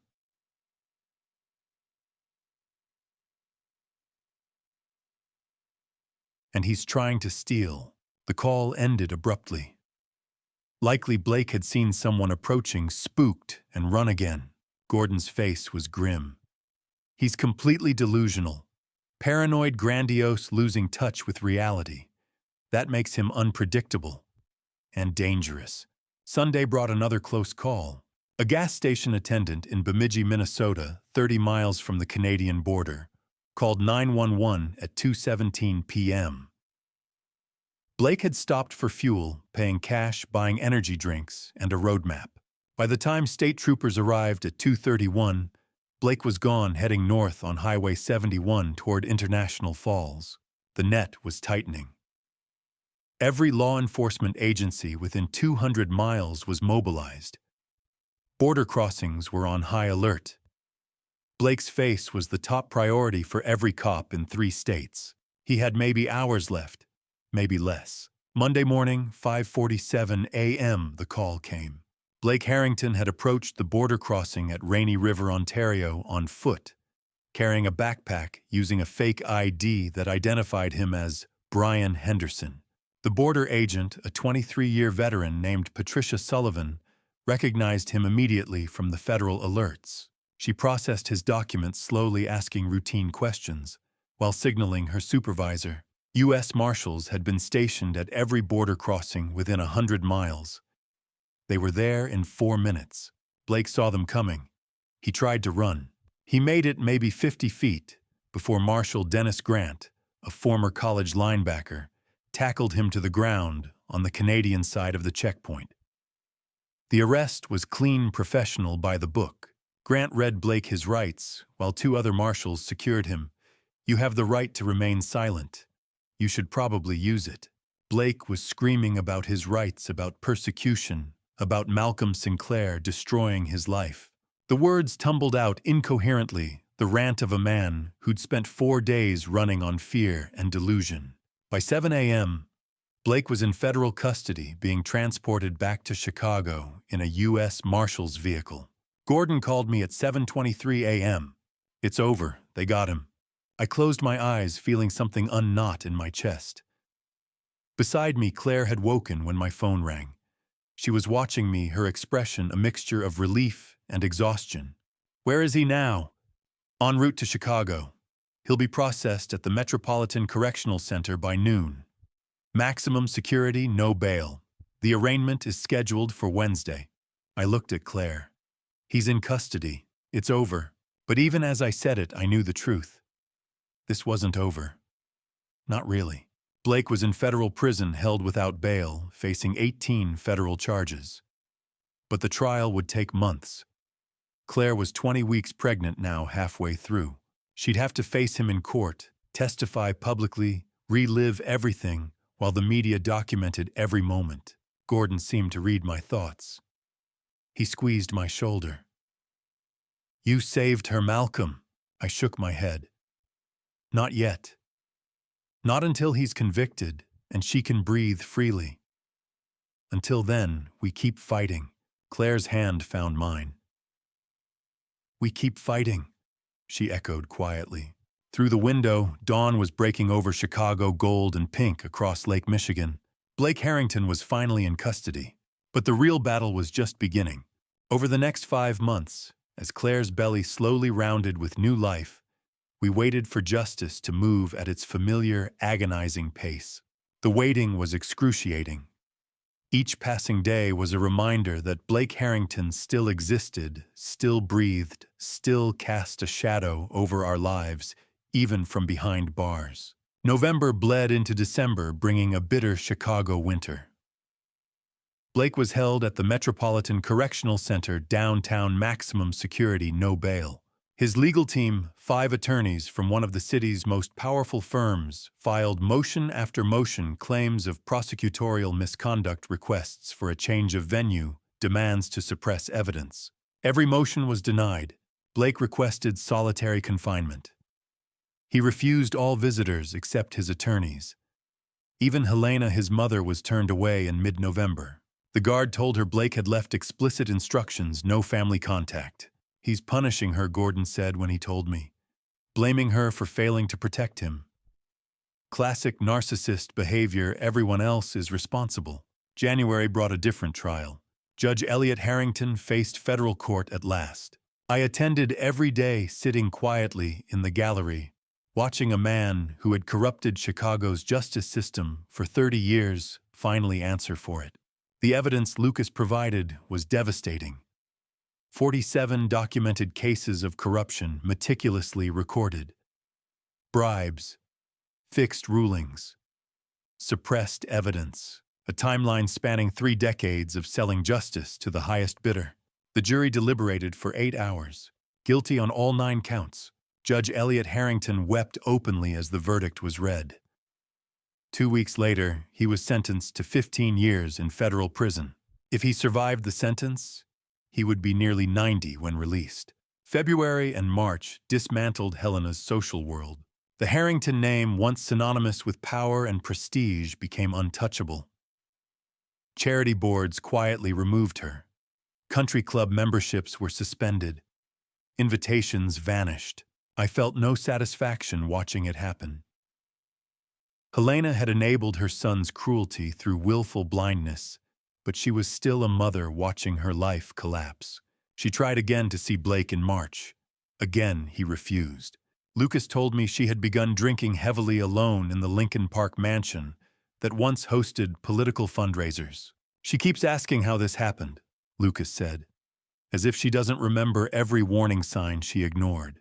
April brought renewal. Claire moved into a new apartment 3 blocks from my home. We had searched carefully, safe, quiet, close to schools for the future. Rose Charlotte Sinclair. Claire chose the name during her 24-week ultrasound. Rose for new beginnings. Charlotte for the grandmother she would never meet, but whose strength she would inherit. Claire began therapy with Dr. Ann Devlin, a trauma specialist. Twice a week, 90 minutes at a time, unraveling years of manipulation and fear. "It's hard," Claire admitted one evening, her hand resting on her swollen belly. "I keep blaming myself. I was a lawyer. I should have known. Abuse doesn't announce itself," I told her. "It works by making strong people doubt reality." She wiped her tears. "I want Rose to grow up knowing her mother was strong." "You are strong," I said. "You survived." May brought the final developments. The prosecution offered Blake a plea deal, 25 years in federal prison, no parole before 20. In exchange, he would plead guilty to 7 charges. His lawyers urged him to accept. Blake refused. "He truly believes he's innocent," his lead attorney told Douglas Keller. "He sees himself as the victim." So the trial was set. June 3, 2024. Judge Margaret Brennan presiding. Claire would testify. So would Diana Beaumont, Dr. Laura Bennett, Janet Fitzgerald, and 15 others. The trial was expected to last 3 weeks. The week before trial was preparation. Douglas Keller and his team rehearsed Claire's testimony. Mock cross-examinations, hard questions, emotional triggers. "They'll try to break you," Douglas warned. "Stay calm. Stick to facts." Each session drained her. Each session made her stronger. The night before trial, Claire called at 2:17 a.m. "Dad, I can't sleep. I'm coming." I found her on the couch, wrapped in a blanket. Rose moved beneath her nightgown, small feet pressing against her ribs. "What if I freeze?" Claire whispered. "Then we pause," I said. "And you continue. You're not that frightened woman anymore. You're a mother protecting her child." She leaned against me, her hand on her belly. "Tell me it will be okay." "I can't promise that," I said, "but I promise you won't be alone." Monday morning, June 3rd, 2024. We stood at the base of the courthouse steps. Reporters crowded around us. Claire wore a navy dress, her pregnancy unmistakable. She looked up at the stone building, the words "Equal Justice Under Law" carved above the entrance. "Ready?" I asked. Rose kicked visible through the fabric. "Rose needs to know her mother was brave," Claire said. "Let's go, Dad." We climbed the steps together. My daughter, my hero, walking into the hardest testimony of her life. Not alone, never alone again. I'd attended hundreds of trials over 35 years. But watching my pregnant daughter stand in the witness box against her abuser, that was a different kind of agony. The trial began June 3rd, 2024, in Chicago's Dirksen Federal Building. Judge Margaret Brennan presiding, a no-nonsense jurist, known for running tight courtrooms and tolerating zero theatrics. The gallery was packed. I sat front row directly behind the prosecution table where Claire could see me when she needed strength. Week 1 brought financial testimony. Forensic accountants detailed the money laundering operation $4 million moving through Diana Beaumont's fundraising organization, structured to avoid detection, routed through shell companies in Delaware and the Cayman Islands. They presented bank records, transaction logs, email correspondence. The pattern was undeniable bribes, disguised as consulting fees, payoffs masked as campaign contributions, systematic corruption of the district attorney's office. Blake sat at the defense table in a navy suit, expression carefully neutral. But I could see the tension in his jaw, the way his hands clenched beneath the table. His lead attorney, Peter Walsh, a silver-haired veteran of white-collar defense, tried to suggest legitimate political fundraising. The accountants demolished that argument with patient, detailed testimony. By Friday, the financial case was airtight. Week 2 brought Diana Beaumont. She took the stand in an understated gray suit. Her testimony, clinical dates, amounts, conversations delivered with the emotional investment of reading a grocery list. Douglas Keller displayed text messages on courtroom screens. Blake, March 2023. Claire, situation becoming problematic. Need options. Diana, what kind of options? Blake, permanent solutions. We've discussed this. Diana, I don't do violence. Find someone else. The jury listened, faces impassive but attentive. Walsh tried to suggest Diana was lying to save herself. But the text messages, recordings, bank records all corroborated her testimony exactly. She was unshakable. Wednesday brought Lucas. Blake's younger brother looked exhausted but steady as he swore the oath. "My brother has been protected his entire life," Lucas testified. "Our father, Judge Elliot Harrington, fixed cases for Blake starting in law school. An assault charge in 2001 dismissed. A DUI in 2005 expunged. Allegations from 3 former girlfriends, all settled with money and non-disclosure agreements." Lucas presented 47 case files documenting Judge Elliott's corruption. Each showed the same pattern: serious charges, intervention by Judge Harrington, cases, dismissed, payments flowing offshore. "Why didn't you come forward sooner?" Douglas asked. Lucas's voice cracked. "Because I was a coward. Because I loved my brother despite everything. But then I saw what he did to Claire. I saw her fear, and I realized if I stayed silent, I was just as guilty." Walsh's cross-examination was brutal, painting Lucas as a jealous brother seeking revenge. Lucas never wavered. "I'm here because it's the right thing to do," he said quietly. "Even if it costs me everything." Blake stared at his brother with undisguised hatred. Week 3, Claire. Wednesday, June 19th. The day I'd been dreading. Claire was 30 weeks pregnant, visibly uncomfortable. She wore a simple blue dress, her hair pulled back. She wanted the jury to see her as she was, vulnerable but strong. She walked to the witness stand, one hand supporting her lower back, the other on her belly. As she settled into the chair, she found my eyes. I nodded. Douglas began gently. "Ms. Sinclair, when did you first meet Blake Harrington?" "April 2022, at a legal symposium in Milwaukee. He was charismatic, confident. It felt validating to have someone that successful pay attention to me. Over 3 hours, she walked through the timeline. The romantic courtship that became subtle control, monitoring her phone, her movements, isolating her from family. The first shove in September 2022. His apology, his tears, his promises. It happened again and again. He used the pregnancy to control me. Claire said, tears streaming, but voice steady. He said if I left, he'd have me declared mentally unfit, that he'd take the baby. I believed him. He was the district attorney. He had power connections. I had nothing. Douglas showed medical records, Dr. Bennett's documentation of bruises, a fractured rib photographs Claire had secretly taken. The jury looked at Blake. Several faces showed disgust. Then came Walsh's cross-examination. Ms. Sinclair, you're a highly educated attorney, correct? Yes. And yet you expect this jury to believe you were helpless. I wasn't physically imprisoned.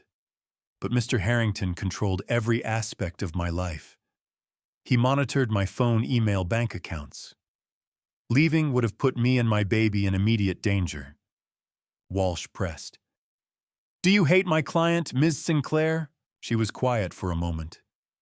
Then, no. I pity him. Because he destroyed himself. All the talent, all the opportunity, he threw it away because he couldn't accept that people aren't possessions. That's not hate. That's tragedy. And that's when Blake snapped. He shot to his feet, face purple with rage.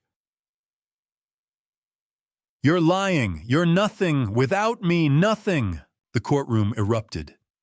Judge Brennan's gavel cracked like thunder. U.S. Marshals grabbed Blake as he thrashed and shouted. I loved you and you destroyed me. They dragged him from the courtroom, his screams echoing. Every camera caught it. Blake Harrington losing control, completely confirming every allegation with his own rage. Claire sat in the witness box, tears streaming but expression calm. When she stepped down, I was there. I held her as she shook, whispering, You did beautifully. Week 4 brought weak defense testimony. Character witnesses praised Blake's legal work. But after Claire's testimony, after Blake's outburst, none of it mattered. Closing arguments came Thursday, June 27th. Douglas laid out the case with devastating clarity. This is a man who used his power to abuse, to corrupt, to destroy. The evidence is overwhelming. Justice demands accountability. Walsh tried to suggest reasonable doubt to paint Blake as a victim of conspiracy. The jury deliberated for 6 hours. At 4:47 p.m. they returned. On all counts, we find the defendant guilty. 18 federal charges. Guilty on every single one. Claire's hand found mine. She was crying but smiling. Relief and exhaustion and vindication. Sentencing was set for 2 weeks later. The prosecution recommended 40 years. As we left the courthouse, reporters swarmed. They wanted Claire's statement. She stepped to the microphones, 30 weeks pregnant, trembling from the verdict, and spoke with quiet strength. Today, justice was served, but the fight isn't over. Thousands of survivors are still trapped, still afraid. We need stronger laws, better protections, a system that believes victims before tragedy strikes. I'll spend the rest of my life fighting for them. My daughter, no longer a victim, an advocate now. Charlotte would have been so proud. Justice comes in many forms. Sometimes it's a verdict. Sometimes it's a sentence. And sometimes it's a child's laughter in a garden where roses bloom again. 2 weeks after the verdict, we returned to the federal courthouse for sentencing. The courtroom was quieter this time, fewer reporters, less spectacle. Just the necessary witnesses to watch justice complete its work. Blake stood before Judge Margaret Brennan, in an orange jumpsuit, wrists shackled, a shadow of the man who'd once commanded authority in this very building. His expensive suit was gone. His polished confidence was gone. Everything that made him Blake Harrington District Attorney was stripped away. Judge Brennan's voice was steady, measured, and utterly unforgiving. Mr. Harrington, You held a position of public trust. You were sworn to uphold the law, to protect the vulnerable, to serve justice.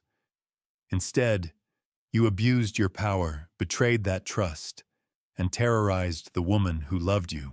This court has no mercy for you. The sentence, 35 years in federal prison. No parole eligibility for 30 years. Blake was 43 years old.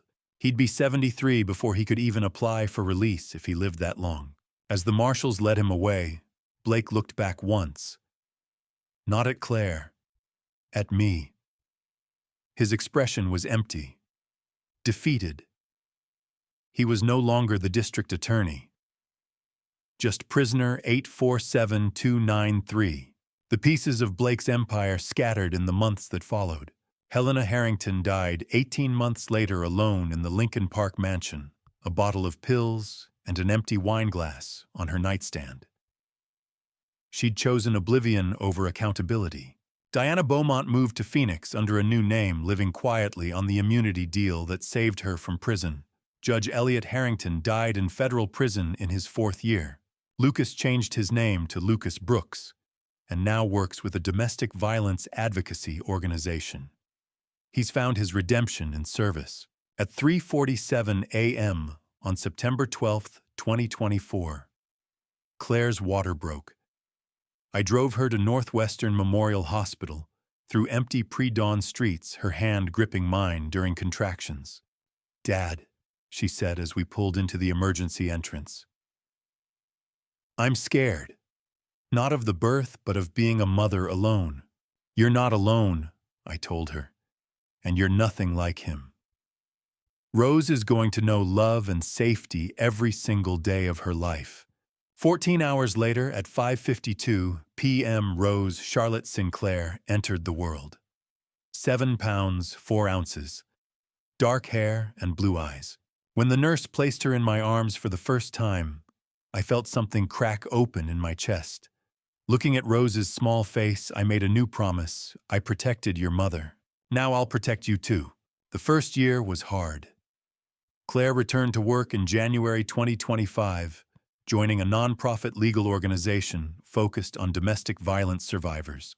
She testified before the Illinois legislature in March, advocating for stronger protections. In May 2025, Claire's law passed, requiring district attorneys to recuse themselves from cases involving family members or intimate partners. Small changes save lives. Rose grew. 12 months old by July 2025, crawling, then walking, then running with the determined waddle of a toddler discovering the world. She laughed easily, loved books, and had absolutely no fear of the dog next door. She would never know Blake Harrington, never carry the weight of his crimes. She was just Rose, loved, safe, free. Claire started dating again in June 2025. A teacher named Michael, kind and patient, who understood when Claire needed space. Healing isn't linear. There were bad days, panic attacks, nightmares that left Claire shaking. But there were more good days. Days when Claire laughed. Days when Rose took her first steps. Days when the past felt distant. Sunday afternoon, July 20th, 2025. My backyard in Lincoln Park, where Charlotte had planted roses 30 years ago. They died after she passed, but 2 years ago, Claire and I replanted them. Now they bloomed everywhere, red and pink and white, filling the air with their sweet scent. Rose toddled through the garden in a yellow sundress, chasing butterflies. Her laughter echoed off the houses. I knelt by the rose bushes, pruning dead stems. I kept my promise. I said quietly to Charlotte, to whatever part of her still existed in this garden, "They're both safe now." Rose stumbled over to me, clutching a dandelion in her tiny fist. Opa flower. To her, it was the most beautiful thing in the world. Claire emerged from the house carrying lemonade, wearing jeans, and one of my old Northwestern law sweatshirts. She looked younger than she had in years. The haunted look in her eyes was gone, replaced by something cautious, but real contentment. "Rose, don't bother Grandpa while he's gardening," she called. "She's not bothering me," I said. "She's helping. 3 generations in Charlotte's garden." "Mom would have loved her," Claire said softly. "She does love her," I replied. "Wherever she is." I never believed in fate until that October night, when I saw fear in my daughter's eyes at the gala. That night, I chose to fight. And in that fight, we found our way back to peace. Blake Harrington is prisoner 847293, now aging in a cell. But we're here, in Charlotte's garden. Safe, healing, growing. Rose Charlotte will grow up knowing only love and safety. That's Charlotte's legacy. That's Claire's victory. That's our peace. The roses bloom. Rose laughs. And somewhere I believe Charlotte smiles. We made it home, my love. We made it home. Looking back at this family story, I realized that revenge was never the goal. A father's love transformed into a dad revenge, only because the system failed to protect my daughter when she needed it most. But let me be clear, don't wait like I did. Don't miss the signs. Don't let your child suffer in silence, because you're too busy, too distracted, or too trusting of someone's polished exterior. I spent 35 years prosecuting criminals, yet I nearly lost Claire because I didn't see what was right in front of me. The bruises she hid, the fear in her eyes at that gala, the canceled lunches and avoided calls. Every family story has warning signs. Learn to read them before tragedy forces your hand. This wasn't just a dad revenge against one man. It was a fight against a system that protects the powerful and silences victims. It was about ensuring that Rose Charlotte would grow up in a world where justice means something. God gives us strength in our darkest moments, but He also expects us to act when we see injustice. Faith without action is empty. My advice: trust your instincts.